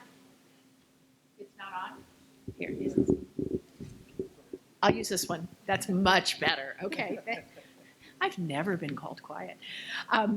Teresa sent one of these for each of you on the executive committee. This is the folder that went out at that March 21st, and you've got a lot of handouts in there. Most of the information is actually for free on the NFPA website, and everybody who attended got a thumb drive. So if they attended, they are ready to go out into their community and teach. It is a 2 to 4 hour program, depending on which community you're working with. It was a great all-day 8-hour training for us because it was a train the trainer. I'm sort of starting at the back of my written report. And so I will go to the next item. The Maryland Poison Center sent out information to all the emergency departments and are very willing to send them to any fire department, rescue, or EMS station that would like them. I just brought a sample of some of the materials. I have them in bulk in the back. On storing cannabis safely, storing and recognizing edibles, our numbers in our emergency departments across the state are going up. Children are finding things in their families' homes. And what might be a reasonable dose for an adult is more than a dose for a child. So we've got a lot of kids who are doing okay, but spending a long time in the emergency department until it wears off. The take back day was I'm looking for the date. I just heard it on the radio. I think it was last weekend. But there are always ways. So I brought the medication disposal. There'll also be a take back day for medications you don't need anymore in the fall. Depending on your county, 365 days a year, you can walk into the police station and they have a old fashioned mailbox like device, and you can put anything but aerosols in there. We are ready as Risk Watch Safe Kids for convention. I have been down to the new office, and Kate and Lynn were wonderful to let me come down in the late afternoon and do an inventory. We got rid of things we don't need. I know what we have, what we need to get a few more things of. And what's new this year for convention is we're planning to offer, we'll see what the response is. We're going to offer a around-the-room training for anyone who wants to look at how to do the station. So we will unload on Saturday as requested, set up on Sunday early morning, and then anyone who wants to come and learn how to run that station can come through.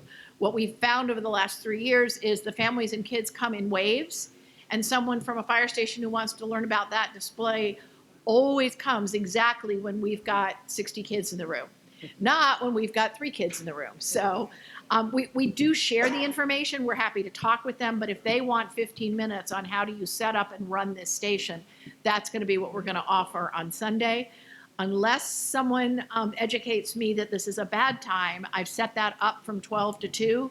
It seems to be after all the business meetings Sunday morning and long before people have to get ready for the memorial service.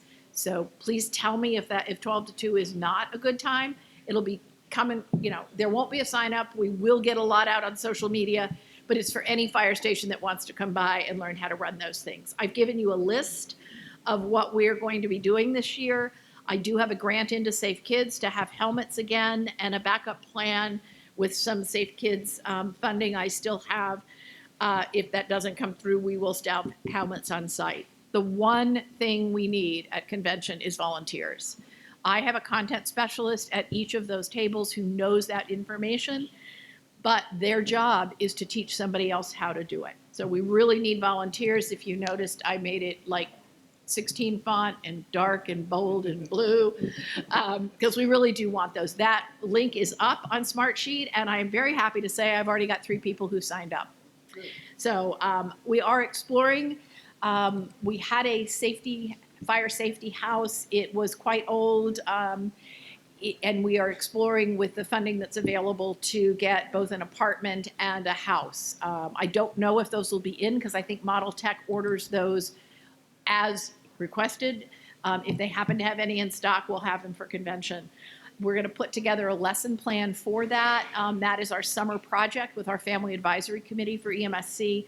And then at one of the fall meetings that isn't scheduled yet, we're not going to do it on the 17th of May. That day is already busy enough. But we'll do a training on how to use that. I've listed all of the other opportunities. You've already heard about the 2 conferences. Our Child Passenger Safety Project continues to be funded by the Maryland Highway Safety Office. And as of yesterday, we have lost 2 children in the nation, one in Tennessee and one in Florida, who were found in cars unattended.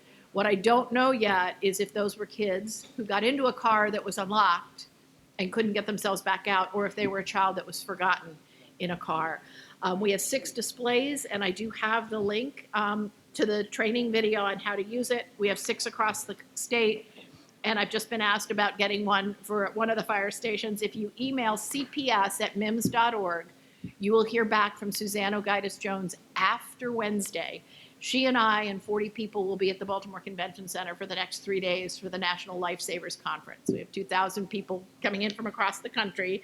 We promised highway safety we would be their proctors, but we will be able to get that information out. They are located at Meredith Hospital, in Montgomery County at a Fitzgerald Automotive, in Prince George's County with Teresa.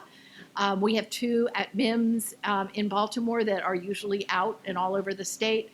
There's one in Salisbury at the fire department in Salisbury, and there is one at University of Maryland. University of Maryland Hospitals, Children's Hospital has their own. And I think that covers all the information. I do have a EMSC message that we've opened the nominations for next year's awards for kids and teenagers who do something, whether it's training, a project, or helping someone who's had a sudden emergency. I've had 1 nomination so far. We'll be giving out 9 awards to children from last year from all over the state. I'm happy to answer any questions. Any questions, comment from anybody? Thank you very much. Okay. Legislative. Good afternoon, Mr. Chairman, members of the committee. For the Legislative Committee, it has been quite the year, interesting to say the least, but it's been a very good year. The session came to an end with a rap of a gavel, same way it started. Except at the end, the balloons fell, the confetti went everywhere, and if you were sitting and watching the show, you saw mass chaos for about the last 3 to 5 minutes. But that's nothing unusual. It was a busy season for us, or a busy session, should I say. Didn't have as many bills this year, but it seemed like everything we worked on just took an extra amount of energy for whatever reason. Just the nature of the beast. And my report has been filed. You can read through that if you've nothing else to do. You want to fall asleep sometime in the evening. I just go over some of the highlights of the season. This year, everyone that comes to Annapolis on a weekly basis, we've got our front room and our back room. I'm going to talk about the back room right now. And these are the people that come down and work on the bills. Every person that came down this year worked on a bill cradle to grave. What do I mean by this? When the bill was dropped, we read it on a Thursday, determined what our stance was going to be, or just put it under monitor until we could figure out some other things about it. They followed that bill all the way to the end. They made sure we were up to date on the dates for the hearings, followed the voting sessions, they did the written and the oral testimonies, they met with the legislators, the sponsors, and other people involved all the way through. Every person that came down there on a weekly basis did that. That's the first time I've seen that in quite a while. Everybody has got to that point now. I mean, you start off just figuring out, how do I find out about a bill to begin with? Now we're up working these bills actively. So that's quite an improvement, and my thanks go out to everyone on the committee for that. And there's a lot that goes into that. I'm not going to get into all that now, but let's just say everybody has done an exceptional job this year, stepping up and taking care of bills. On top of that, a brief recap of what we did do as far as stats that were kept. For the MSFA, for the people that came in there representing the MSFA, we had a total of 539 hours in Annapolis. Now, I say in Annapolis. That is only the time we spent in that office. It has nothing to do with the time you're at home. You're watching the bills, you're watching the hearings, you're making your phone calls, you're setting up your appointments. We had a total of 88 days that people were there, and a total mileage of 8,873 miles driven just back and forth to Annapolis. The LAMSFA and the ladies in the front room, invaluable part of our operation, no two ways about it. They're there just like everybody else is. They're there 4 days a week, Tuesday to Friday, every week. 276 hours of active time there in Annapolis, a total of 40 days that we were there, different days, and a total mileage of 3,282 miles. That's a lot of time. There's no two ways about it. I can't say enough about what is going on, and I call it the front room and the back room. The front room is where the ladies take care of. They go get the bills, they bring them back in, and they read the bills. They go through every bill, just like we do, just like what I call the backroom crew, to make sure that we didn't miss anything. That's a lot of reading. They got questions, they hold the bills out, and they make sure that we have seen the bills. You can't ask for anything better than that. Sine die this year, just like every year. Our office is open. When they take a break in the State House and everybody goes out on the street and walks around, our office is open and people are in and out. The ladies come in with the greatest array and amount of food you can't even believe it. And our tiny office becomes overrun because everybody knows to come there. There's always people there to talk to. There's always good food to be had. And this year was no exception. We were standing out on the sidewalk because we overflowed the office and into the street and sometimes. So it was a great year. Did we accomplish everything we set out to do? On a good year, you're not going to really get that done. But we did have some accomplishments. We got some things taken care of. And a lot of our work, whether you see it or hear about it, or it's done behind the scenes, we're there working for the fire service of the state of Maryland. A couple of bills I want to hit on here that took place this year. Some of them you've heard about. I'm just going to go over them pretty quickly. House Bill 276, Senate Bill 24. This is a bill we supported. State Emergency Medical Services Board, public access to automatic external defibrillator programs. All this bill did was make more AEDs available in the public. It changed some guidelines for law enforcement and grocery stores, but it put more AEDs out there in the public. What I call the valet trash bill, House Bill 848, Senate Bill 621. You heard the fire marshal speak on this one this morning. It's going to be work for them. They've got to set up some rules and guidelines and whatnot like that. The Fire Prevention Code Commission has got to go back in. They've got to reassess and put some things back in to the fire code this year so we can have people come into buildings and pick up trash. Quite a bit of work was done on this bill, trying to move it a little off center from where it was. The opposition to it was, they were well into it. They had done a lot of research. This bill, the code that they want put back into Maryland code, it's available nationwide. We were looking for a few things with this. We were trying to use this to leverage some high-rise buildings getting sprinkler systems. We got shot down on that, but it wasn't for lack of a good effort. One that you may have heard of, we put a lot of effort in, House Bill 1221, Senate Bill 624. This was the short-term rental bill. The fire marshal spoke on this morning. Between the fire marshal's office and the MSFA, we were working on this quite a bit, back and forth with the sponsors, back and forth on the language. We spoke with the young lady who brought this bill back. It was her family's tragedy. Working with her, we got a good bill out of it. And what we've just done in Maryland, the bill we've passed, is being looked at right this minute by some other states. They've been following it the whole way through. And Teresa Ann, who's not here to speak for herself, she's been working with other states right now who want to know more specifically some of the things that were going on with this bill. So we're being talked to on a regular basis. That's a good thing. One bill I want to touch on here is Senate Bill 148, House Bill 13. This particular bill was what we've seen in the past, what we called in the past, an income tax subtraction modification. That's what we've been trying to get now for several years, going from $7,000 to $10,000 for the MSFA. This bill has to do with 911 specialists. These are our dispatchers and public safety answering points. Their retirement income. This particular bill was called income tax credit. And it talks about having a $15,000 credit or $15,000 amount of money in their retirement only now that they will receive a tax credit against. Now, what makes this unique is up to $15,000 a year retirement credit, you would get a 4.75, I believe that was the number,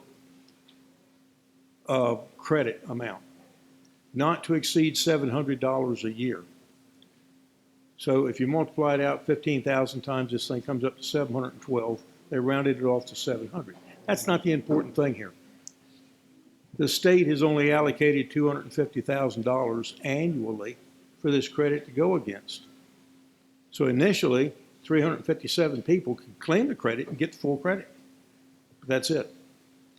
As the number of retirees would go up, the amount they get will go down because there's only $250,000 that is being placed against.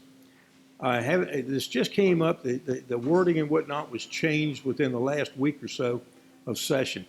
I haven't had a chance to meet with the sponsor on the bill, but I want to dig down into this and see exactly where this is going and why. It might be a way to placate MML and MACO on these types of income tax credits because they're adamantly opposed to them due to unfunded mandates on the counties. So this might be something new going to the future. Haven't had a chance to dig down into it, but just let you know we are. Hello. Just let you know that we are following that and trying to get more information on it. I got a couple others in here. I'm going to go over everything. Big one, Senate Bill 579, House Bill 1602. This was a bill by Senator J.B. Jennings. A few years ago, you might remember I was speaking about the Jimmy Malone bill. Jimmy Malone bill had to do with counties and county career fire companies only. This bill by J.B. Jennings, Senator Jennings, has to do with counties with volunteer fire staff. It mandates that counties will provide cancer screenings annually for their volunteer fire staff. There's a few other working parts in there. It says that they can apply to the Cancer Screening Fund for reimbursement to help pay for these things. And the beauty of the bill is anybody in here that has had anything to do this past year with Cancer Screening Fund applications knows what went into that. It was a very onerous operation. It was difficult to do in some cases. Fortunately, what I'll say is we got a lot of applications. We proved that volunteer fire staff needs these cancer screenings. I'm not going to get on that one. You've heard me talk about it for over a year now. What I'll tell you is this bill fixes the application process. It puts it back on the counties and mandates that they will fund this and provide it for the volunteers. So to Senator Jennings, I've got all kinds of thank yous to him. He worked on this. One of the people in our office, Dale Bowen, jumped on it. He worked with the staff over there. And we got this bill across the finish line. And that's a good thing. That's an excellent thing. I got one or two more here, but I'm not going to bore you with all of that. We send our reports out weekly. If you don't get it, please contact Teresa or myself. You will get it. It tells you every week what we're doing. People talk about communications. Our committee has a meeting every week on a Thursday and on a Friday across the state. Our minutes go out. You get them, you read them. So what I'll tell you about next is the future is here today. And I've got a great team working in Annapolis, a great committee, and we're getting a lot done. But it's a lot of office work. Looking to the future, I've spoke with the budget chairman about this, about some possibilities here. There's actually software out here that a lot of the manual labor we have to do tracking these bills every morning, what bill got assigned to what committee at what time. We don't always know that because it changes every day. We can check it at 4 o'clock in the evening, and tomorrow morning at 6, it's changed. And you've got 150 bills you're going through to find these. There's software out here that can help us do this. Track our bills. One of them I've looked at so far actually gives us updates every 90 seconds. Or I'm sorry, every 90 minutes. Every 90 minutes, every hour and a half, we get an update. If one of our bills that we list changes, we get text messages and email messages. Hey, your bill's got a hearing tomorrow or next week or whatever. So we're looking at some software like this. It'll also allow us to combine all of our notes into one database. Right now, sadly, right here on this little thing I got in front of me, just about every piece of paperwork that we work on is in here. It's sad to say. we don't have a central depository to put all this stuff. So we're looking at doing that. Hopefully we can get this started up over the summer, get everybody indoctrinated into it and working with it. So next year we can be that much more efficient. But I can tell you right now, the staff you've got working down there on that committee, they work hard and they work steady, and it's never a let up. We were there for Sonny Die. The last of us left somewhere around 1 o'clock Tuesday morning. We were back in Annapolis at 11 o'clock Tuesday. 10 hours later, we were back there because we were asked to be back there by the sponsors of a bill, to be present with them for a bill signing. And we've been working every day this week, so it doesn't really close. Again, I'd like to say thank you to the LAMSFA. There's no amount of thanks that can go into what the ladies in the front office do for us in that office and all that they do for us.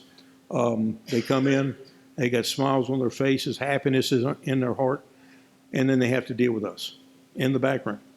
And sometimes it gets a little loud, but it's a great crew, and the president maintained their staffing this year with our committee, and I cannot say enough. Thank you very much from the president's office for your support. But we're there for you all. And my committee members, they put in an awful lot of effort. When you see them out here, please tell them thank you. That would be it, Mr. Chairman. Anybody have any comments? Thank you very much, sir. Thank you for Yeah, we appreciate the committee's efforts every year. They do a lot of work for us. And it is a committee, sir. A lot of people, it's a little embarrassing. I'd rather be standing in the shadows someplace. It's just the way I am. And thank you, buddy. I appreciate that. But the thanks go to the committee. They do the hard work.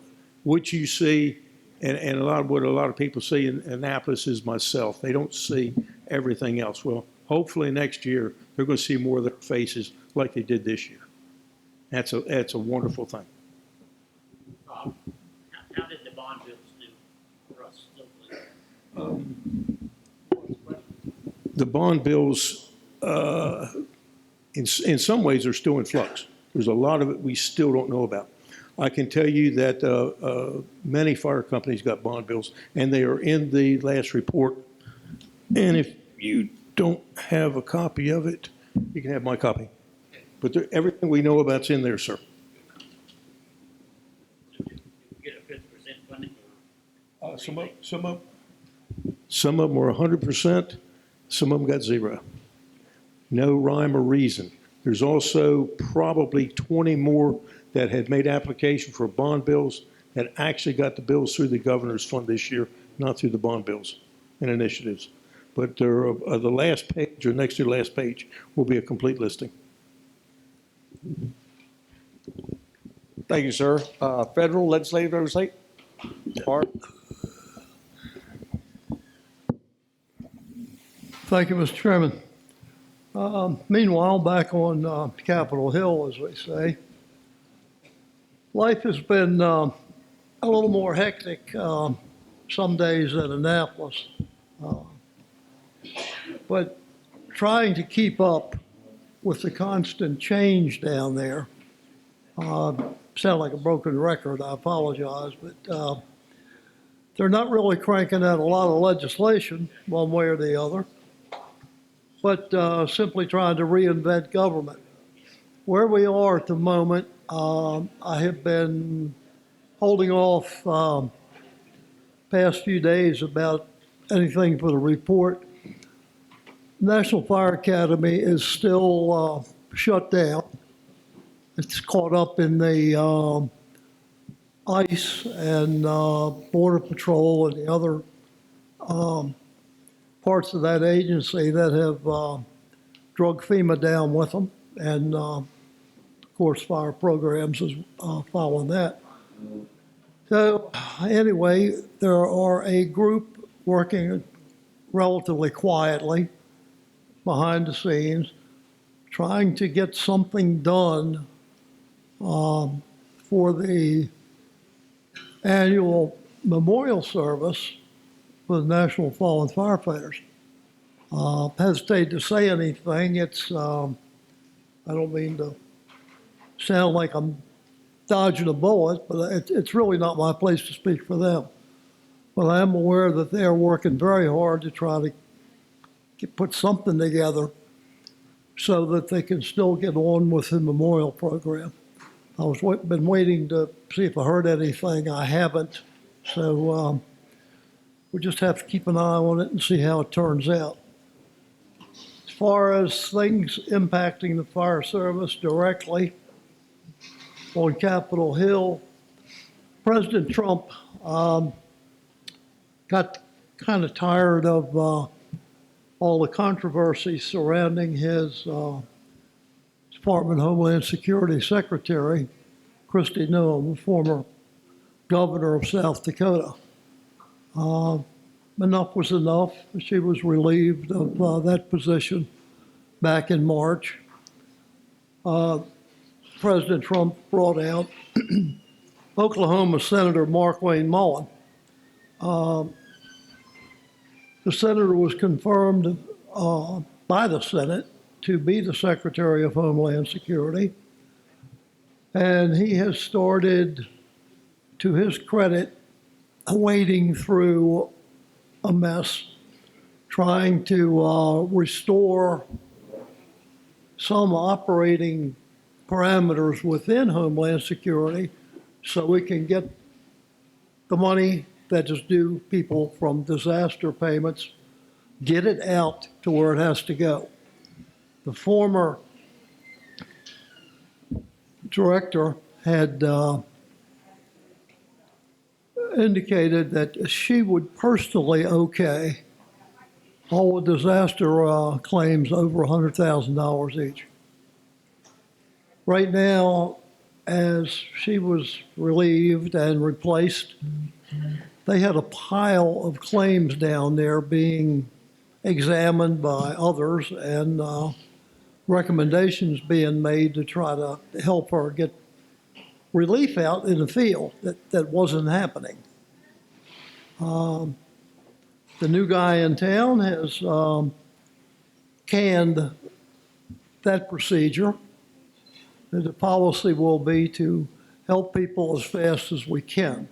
So I personally, from some inside conversations, I believe things are going to get better. I have indicated to several people from this part of the state not to get too far away from the disaster claims from the flooding a year ago or a little longer that were turned down initially.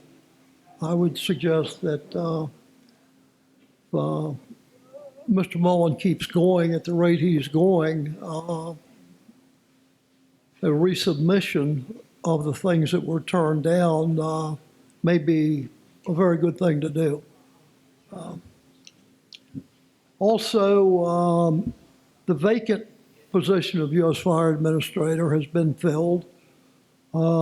Division Chief Paul Mathis from Newport Beach, California Fire Department will be in that position. I don't have anything really to add in regard to that appointment. There isn't anything out there right now. The President's budget request is out, and that has fired up the national organizations, International Association of Firefighters, International Fire Chiefs, Congressional Fire Services Institute, and so forth. After going through everything, there is an 11-item proposal to go back to the President and Congress to adjust this budget to better provide for fire service initiatives that not just nice to have, but things that need to be done. That list is appended to my report. The Department of Justice handles public safety officers' benefits. They received a request for $2 million over last year's 236.8 million. That's a good thing. We get a little bit more money in there, great. The bad news is they are still trying to handle a 70% increase in claims with the same staff level that was there several years ago. What is needed out there, besides a little more money, is some more help for those people. They got their backs to the wall trying to get everything done, and a little bit of money, but no help is the current status. Last but not least, where'd it go? Oh, the nearest information system. All fire departments nationwide should be reporting through this program to basically have a national data bank on what we're doing, what it costs, where it's happening, and all that sort of thing. That is going to be seeing a $5 million boost in their budget to be able to improve that system. There's some holes out there that aren't being filled, at least not yet. And this will probably make it a little more level playing field for everybody. That's about all I can come up with from Capitol Hill at the moment, but if anybody has any questions, I'll try. Anybody have any questions, comments? Thank you all. Great, Mr. Bob. Mr. Chairman, just one more thing. I apologize. Going through my notes, I did not take the time to thank a very important person, our executive director. She is there every time I call. And believe me, it could be 7 in the morning or 9 at night. And she's normally driving down the highway. She's going back from the office to her house. We talking going down the highway. So anyhow, her staff and herself, every time we need something, she's there. If I need some help with getting things out, she's always there. People don't always realize the quality of the people we have and the quality of the service they provide in Crofton. And I just want to say thank you to her and her office. Thank you all. Past President Smothers, do you have anything under the helicopter subcommittee? Yes, sir. All right, thank you.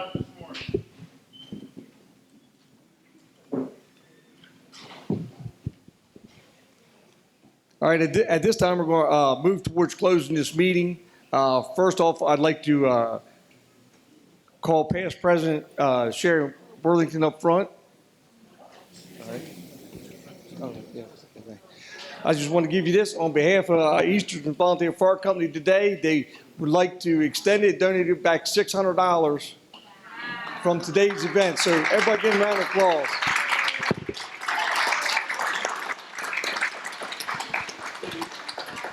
Yes, ma'am. Thank you very much, sir. We appreciate the hospitality we've received today and the generosity. That was a good move. This time we'll call on Chief Chaplain John Long for the benediction.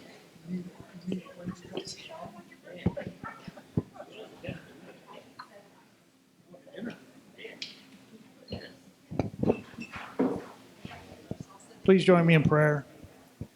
Almighty God, we thank you for this day, Father. We ask you to watch over those who are traveling home this evening, Father. Protect them and guide them. And Father, until we meet again tomorrow morning, watch after our folks responding on calls, protect them and bring them home safely. And most importantly, Father, watch after our military folks serving around the world, protecting our freedoms and allow us to be here. We ask this all in Jesus' name. Amen. Thank you. Meeting will start tomorrow morning at 9 a.m. Thank you.